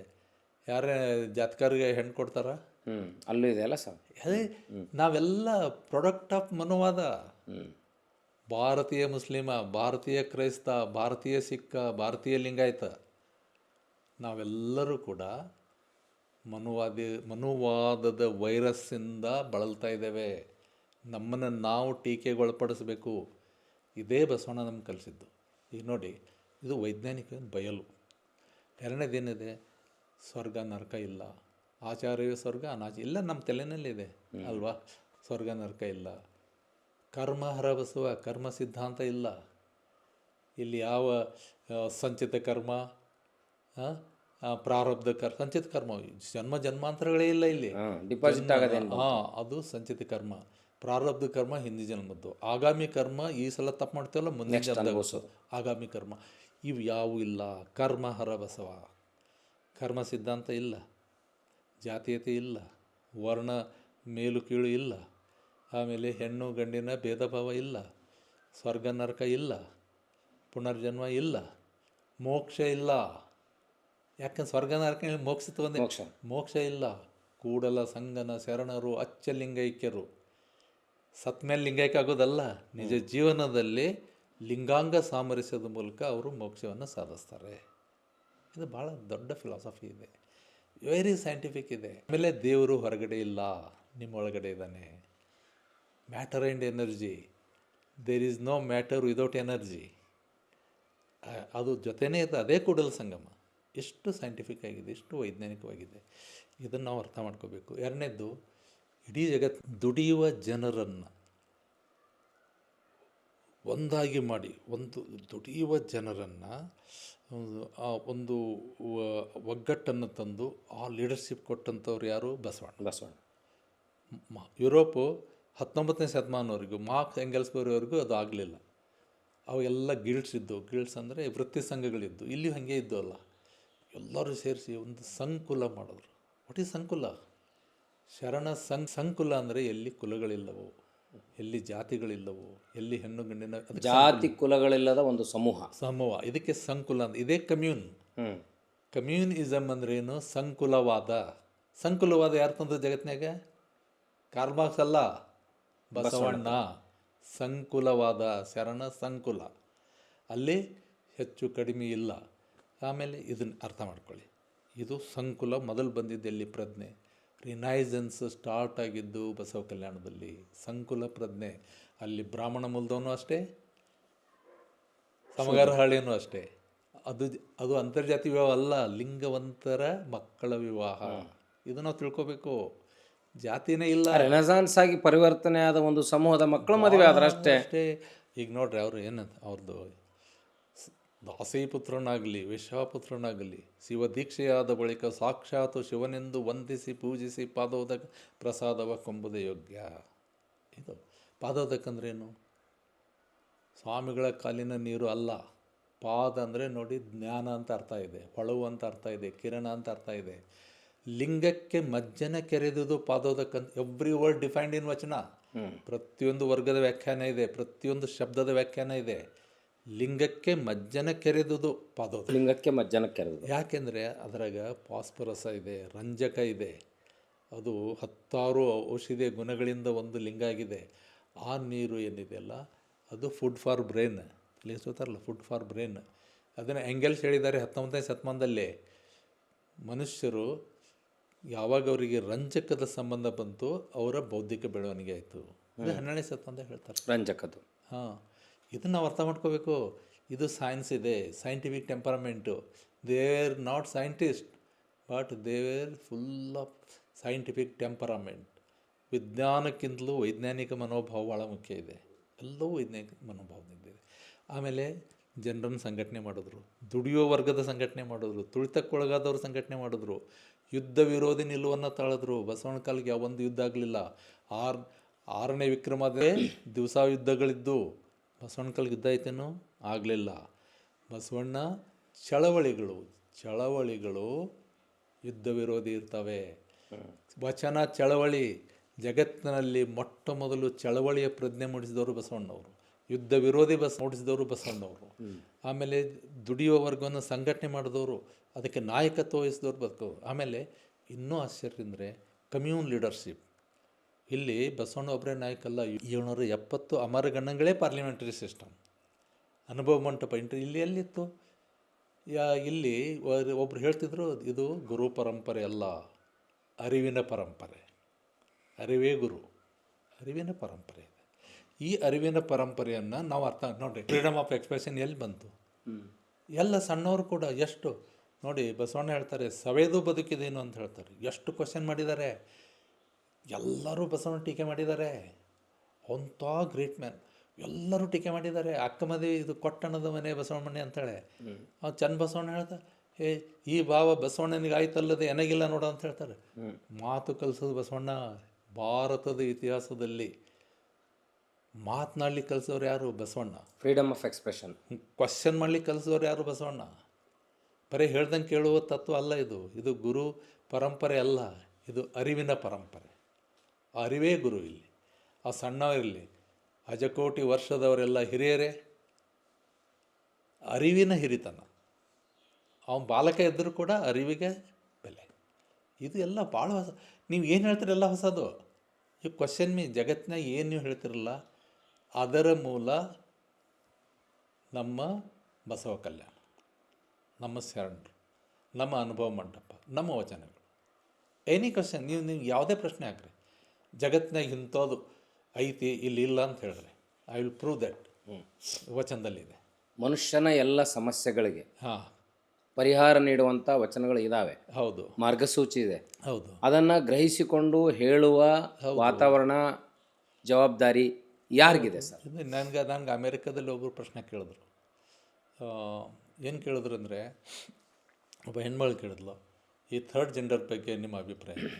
ಅವ್ರನ್ನ ಹೆಂಗೆ ಅಂತ ನೋಡಮ್ಮ, ಜೀವದ ಬಗ್ಗೆ ಬಸವಣ್ಣವ್ರು ಮಾತಾಡಿದ್ದಾರೆ. ಸಕಲ ಜೀವಾತ್ಮರಿಗೆ ಲೇಸನೆ ಬಯಸುವ ನಮ್ಮ ಕೂಡಲ ಸಂಗನ ಶರಣರು ಅವರೇ ಕುಲಜರು. ಸಕಲ ಜೀವಾತ್ಮರಿಗೆ ಲೇಸನೆ ಬಯಸುವ ನಮ್ಮ ಕೂಡಲ ಸಂಗನ ಶರಣರೇ ಕುಲಜರು. ಮತ್ತು ಅವರಿಗೆ ಜೀವಾತ್ಮ ಹೋಯ್ತು. ಹೀಗೆ ಒಬ್ಬರು ಪ್ರಶ್ನೆ ಕೇಳಿದ್ರು, ನೀವು ಎಲ್ಲಕ್ಕೂ ಪ್ರಶ್ನೆ ಇದು ಇದೆ, ಉತ್ತರ ಇದೆ ಅಂತ ಹೇಳ್ತೀರಿ, ಏಡ್ಸ್ಗೆ ಏನು ಹೇಳಿದ್ದಾರೆ ಅಂತ ಹೇಳಿ. ಆಮೇಲೆ ನಾನು ಸ್ವಲ್ಪ ತಬ್ಬಿಬಾದೆ, ಸಡನ್ ನೆನಪಾಯ್ತು. ಛಲ ಬೇಕು ಶರಣಂಗೆ ಪರಸತಿಯ ನೊಲ್ಲೆನೆಂಬ. ಇದೇ ಏಡ್ಸ್ಗೆ ಔಷಧಿ ಹೇಳಿದ್ದಾರೆ. ಇದು ನನಗೆ ಯಾಕೆ ಬಂತು ಅಂದರೆ, ನಾನು first one of the first writers about AIDS ಪ್ರಜಾವಾಣಿಗೆ ಒಂದು ಆರ್ಟಿಕಲ್ ಬರಲಿಕ್ಕೆ ಹೇಳಿದರು. ನಾನು ಅಮೇರಿಕನ್ ಇದನ್ನು ಓದ್ತಾ ಇದ್ದೆ, ಏಡ್ಸ್ ಬಗ್ಗೆ ಅವ್ರು ಏನೇನು ಮಾಡಿದ್ದಾರೆ ಎಲ್ಲ ರೆಫರ್ ಮಾಡ್ತಾಯಿದ್ದೆ. ಅವರೆಲ್ಲ 108 ಹೇಳಿದ್ರು, ಅದು ಕಾಂಡಮ್ 108 ಎಲ್ಲ ಹೇಳಿದ್ರು. ಕೊನೆಗೆ ನೈತಿಕತೆ, character is the best medicine ಅಂತ ಲಾಸ್ಟ್. ನನಗೆ ಅದು ಸಡನ್ ನೆನಪಾಯ್ತು ನನಗೆ. ಅದು ಎಷ್ಟೋ ವರ್ಷದಿಂದ ಬರೆದಿದೆ. ಅದಕ್ಕೆ ನಾನು ಹೇಳಿದೆ, ಛಲ ಬೇಕು ಶರಣಂಗೆ ಪರಸತಿಯನ್ನು ಅಲ್ಲೇನೆಂಬ. ಮುಗೀತು ಅವಾಗೆ. ಏಡ್ಸ್ ಕ್ವಶನ್ ಇಲ್ಲ ಅಂದರೆ ಜನರು ಭಾಳ ಅಲರ್ಟ್ ಇದ್ದಾರೆ, ಜನರು ನಮಗಿಂತಲೂ ಜಾಣರಿದ್ದಾರೆ. ಬಸವಣ್ಣ ನಮ್ಗೆ ಕಲಿಸ್ಕೊಟ್ಟಿದ್ದು ಎಲ್ಲರಿಂದ ಕಲಿತೆ ಅಂದ್ರೇನು, ಎಲ್ಲರೂ ಜಾಣರಿದ್ದಾರೆ. ಆದರೆ ಅವರ ಜಾಣತನವನ್ನು ಅವ್ರಿಗೆ ಹೇಳ್ಕೊಡ್ಬೇಕಾಗಿದೆ ಅಷ್ಟೇ ನಾವು. ಹೌದು, ಕೇಳುವ ಪ್ರಶ್ನೆಗಳಿಗೆ ಉತ್ತರವನ್ನು ಕೊಡೋ ಮಾರ್ಗ ಹೇಳಿದ ಮೇಲೆ ಹೇಳಕ್ಕೆ ಬರ್ಬೇಕಲ್ಲ. ಅದಕ್ಕೆ ಪ್ರತಿಯೊಬ್ಬ ಜಾಣ ಇದ್ದಾನೆ, ಪ್ರತಿಯೊಬ್ಬ ಪ್ರತಿಭಾವಂತ ಇದ್ದಾನೆ. ಇದು ಬಸವಣ್ಣವರು ದೊಡ್ಡ ಕಾಣಿಕೆ ನಮ್ಮ ಜಗತ್ತಿಗೆ. ಪ್ರತಿಯೊಬ್ಬರು ಪ್ರತಿಭಾವಂತರಿದ್ದಾರೆ. ಅದು ನಾವು ಹೇಳಬೇಕಾಗಿದಷ್ಟೇ, ನೀವು ಪ್ರತಿಭಾವಂತರಿದ್ದೀರಾ, ನಿಮಗೆ ಜಾಣತನ ಇದೆ, ನೀವು ನಮಗೆ ಕ್ವಶನ್ ಮಾಡಿರಿ, ನೀವು ಇದನ್ನು ಮಾಡಿರಿ, ಪ್ರತಿಯೊಂದು ಕಲಿಸಿದ್ರಲ್ಲ. ಇದೆಲ್ಲ ಎಲ್ಲಿ ಬಂತು, ಎಷ್ಟು ಚರ್ಚೆಗಳು, ಯಾವ ರೀತಿ ಇದು. ಈ ನೋಡ್ರಿ ಅವರು ಹೆಂಗೆ ಈ ನಿಮ್ಮ ಚೆನ್ನ ಬಸವಣ್ಣನ ಶ್ರೀಪಾದಕ್ಕೆ ನಮ್ಮ ಶ್ರೀಪಾದ ಅಂದರೆ ಜ್ಞಾನ ಸಂಪತ್ತು. ನಿಮ್ಮ ಶ್ರೀಪಾದ ನನಗೆ ಎಂದು ದೊರಕೊಳ್ಳೋದಂದ್ರೆ ನಿಮ್ಮ ಜ್ಞಾನ ಎಂದು ಬರ್ತದೆ. ಎಷ್ಟು ಇದು ನೋಡ್ರಿ ಶಬ್ದಗಳು. ವಚನಗನ್ನಡ ಅಂತ ಹೇಳ್ತೀನಿ, ವಚನಾರ್ಥಗಳು ಬೇರೆ ಇದ್ದಾವೆ, ವಚನಗನ್ನಡ ಇದೆ. ಇಲ್ಲಿ ನಾವು ಒಂದು ಶಬ್ದ ಒಂದು ವಚನದಲ್ಲಿ ಏನು ಅರ್ಥ ಕೊಡ್ತದೆ, ಇನ್ನೊಂದು ವಚನದಲ್ಲಿ ಆ ವಚನದ ಪರಿಸರದಲ್ಲಿ ಅದು ಅರ್ಥ ಕೊಡ್ಕೊತ ಹೋಗ್ತದೆ. ಕಾಂಟೆಕ್ಸ್ಚುವಲ್. ಅದೇ that is very very important. That's what we call semantic change in linguistics. ಈಗ ನೋಡಿ, ಒಂದೇ ವಿಮರ್ಶೆ. ಎಷ್ಟು ಮಜಾ ಇದೆ ಅಂದರೆ, ಈ ವಚನಗಳು, ಈ ಸಾಹಿತ್ಯದೆಲ್ಲ ವಿಮರ್ಶೆನೂ ಇದೆ. ಒಂದು ಬಸವಣ್ಣಂದು ಒಂದು ಮಾತು ಹೇಳಿ ನಾನು ಮಾತು ಮುಗಿಸ್ತೀನಿ. ಆ ವಚನ ಎಷ್ಟು ಅದ್ಭುತವಾಗಿದೆ ಅಂದರೆ, it is crown of entire Basava philosophy. ಎಂಥ ವಿಮರ್ಶೆ ಅದು ನೋಡಿ. ಹೇಳ್ತಾರೆ, ಕವಿತ್ವ ಸಾಧಕರೆಲ್ಲ ಕಳವಳಿಸಿ ಹೋದರು. ಶೃಂಗಾರ, ಹಾಸ್ಯ, ಕರುಣ, ರೌದ್ರ, ವೀರ, ಭಯಾನಕ, ವಿಭತ್ಸ, ಅದ್ಭುತ, ಶಾಂತ, ಕರುಣ ಎಲ್ಲ ಕರುಣಾರಸ ಹರಿಸೋದ್ರು. ಆದರೆ ಅವ್ರ ಹತ್ರ ಹೋಗಲಿಲ್ಲ. ಯಾರು ಎಲ್ಲ ಸ್ಲಮ್ಗೆ ಹೋದ್ರೆ ಇವರು. ಕವಿತ್ವ ಸಾಧಕರೆಲ್ಲ ಕಳವಳಿಸಿ ಹೋದರು, ಅಷ್ಟೇ, ನೋವಿದೆ ಅಂತ ಹೇಳೋರು. ವಿದ್ಯಾ ಸಾಧಕರೆಲ್ಲ ಬುದ್ಧಿಹೀನರಾದರು. ವಿದ್ಯಾಸಾಧಕರು ಎಲ್ಲ ಬುದ್ಧಿಹೀನರಾದರು. ಯಾಕಂದರೆ ಅವ್ರು ಏನು ವಿದ್ಯೆ ಎಲ್ಲಿ ಬಂತು, ಇದು ಲಂಚದ ದುಡ್ಡು ಕೌಂಟ್ ಮಾಡಲಿಕ್ಕೆ ಎಷ್ಟು ಮಷಿನ್ ಇಡಬೇಕು ಅನ್ನೋದ್ರಲ್ಲೇ ಅವ್ರ ವಿದ್ಯೆ ಹೋಯ್ತು ಅಲ್ವಾ. ಹೀಗೆ ಆಮೇಲೆ ಮುಂದೆ ಹೇಳ್ತಾರೆ, ತತ್ವ ಸಾಧಕರೆಲ್ಲ ಭಕ್ತಿಹೀನರಾದರು. ನೋಡಿ, ಇಲ್ಲಿ ಭಕ್ತಿ ಅಂದರೆ, ಭಕ್ತಿಹೀನ ಅಂದರೆ ಹೃದಯಹೀನ ಅಂತ ಅರ್ಥ ಆಗ್ತದೆ. ಇಲ್ಲಿ ಭಕ್ತಿ ಅನ್ನೋದು ಹೃದಯ. ಅದು ಸಕಲ ಜೀವಾತ್ಮರಿಗೆ ಲೇಸನ್ ಬಯಸೋದು ಭಕ್ತಿ ಅಂದರೆ ಕಂಪ್ಯಾಷನ್ ಇಸ್ ಭಕ್ತಿ. ಹೃದಯಹೀನರಾದರು, ಭಕ್ತಿಹೀನರಾದರು. ಯಾರು ತತ್ವ ಸಾಧಕರು ಯಾರಿದ್ರು? ಇವರೆಲ್ಲ ಇದ್ರಲ್ಲ, ತ್ರಿಮತಸ್ಥರು. ನಿಮ್ಗೆ ಗೊತ್ತದಲ್ಲ, ಎಷ್ಟು ಶತಮಾನಗಳವರೆಗೆ ಅವರಿಗೆ ರಾಜರೆಲ್ಲ ದುಡ್ಡು ಭೂಮಿ ಎಲ್ಲ ಕೊಡ್ತಿದ್ರು. ಒಬ್ಬ ಹೇಳ್ತಿದ್ದ ವಿಶಿಷ್ಟಾದ್ವೈತ ಶ್ರೇಷ್ಠ, ಅದ್ವೈತ ಶ್ರೇಷ್ಠ, ದ್ವೈತ ಶ್ರೇಷ್ಠ, ಇದೇ ಮಾಡ್ಕೊತ ಬಂದರು. ತತ್ವ ಸಾಧಕರೆಲ್ಲ ಹೃದಯಹೀನರಾದರು, ಮನುಷ್ಯರ ಬಗ್ಗೆ ವಿಚಾರ ಮಾಡಲಿಲ್ಲ. ಲಿಂಗ ಸಾಧಕರೆಲ್ಲ ಭೂಭಾರಕರಾದರು. ಬರೀ ಲಿಂಗ ಸಾಧ ಇನ್ನು ಜಂಗಮವೇ ಲಿಂಗವೆಂದು ನಂಬಿದಿಲ್ಲ ಇವರಿಗೆ. ನಾ ಪೂಜೆ ಮಾಡ್ತೀನಿ, ನಾ ಲಿಂಗ ಆಯ್ತು. ಲಿಂಗ ಸಾಧಕರೆಲ್ಲ ಭೂಮಿಗೆ ಭಾರ ಆದ್ರಂತೆ. ಕೂಡಲ ಚೆನ್ನ ಸಂಗಮ ದೇವ, ಏನು ಅದ್ಭುತ ಹೇಳ್ತಾರೆ. ಕೂಡಲ ಚೆನ್ನ ಸಂಗಮ ದೇವ ನಿಮ್ಮ ಬಸವಣ್ಣ, ನಮ್ಮ ಬಸವಣ್ಣ ಅಲ್ಲ, ಬಸವಣ್ಣಪ್ಪ. ಆ ನಮ್ಮ ನಿಮ್ಮಲ್ಲಿರುವ ಅರ್ಥವನ್ನು ಎಷ್ಟು ಅರ್ಥ ವಿಸ್ತಾರ ಆಗ್ತದೆ. ಇದೊಂದು ಮಹೋಪಮೆಯಾಗಿ ನಿಮ್ಮ ಮುಂದೆ ನಿಲ್ತದೆ. ನಮ್ಮ ಬಸವಣ್ಣ ಅಂದರೆ ಅದು ಅಷ್ಟು ಗ್ರೇಟ್ ಆಗ್ತದೆ. ನಿಮ್ಮ ಬಸವಣ್ಣ, ಕೂಡಲ ಚೆನ್ನ ಸಂಗಮ ದೇವ ನಿಮ್ಮ ಬಸವಣ್ಣ ಜಂಗಮ ಸಾಧಕನಾಗಿ ಸ್ವಯಂ ಲಿಂಗವಾದನು. ಅದ್ಭುತ, ಸ್ವಯಂ ಲಿಂಗವಾದನು. ವಿಚಾರ ಮಾಡಿರಿ. ಅಂದರೆ ಜಂಗಮ ಸಾಧಕ ಅಂದರೆ ಏನು? Thinking about the last man. ಕಟ್ಟ ಕಡೆಯ ಮನುಷ್ಯನ ಶ್ರೇಯಸ್ಸಿಗಾಗಿ ಯಾವನು ದುಡಿತಾನಲ್ಲ ಅವನು ಜಂಗಮ ಸಾಧಕ, ಸ್ವಯಂ ಲಿಂಗ ಅದ. ಇಂಥ ಒಂದು ಮಹತ್ವದ ಮಾತುಗಳನ್ನು ನೀವು ನಮ್ಮೊಂದಿಗೆ ಹಂಚಿಕೊಂಡು ಅನೇಕ ವಿಷಯಗಳನ್ನು ಹೇಳ್ತಾ ಬಂದಿದ್ರಿ.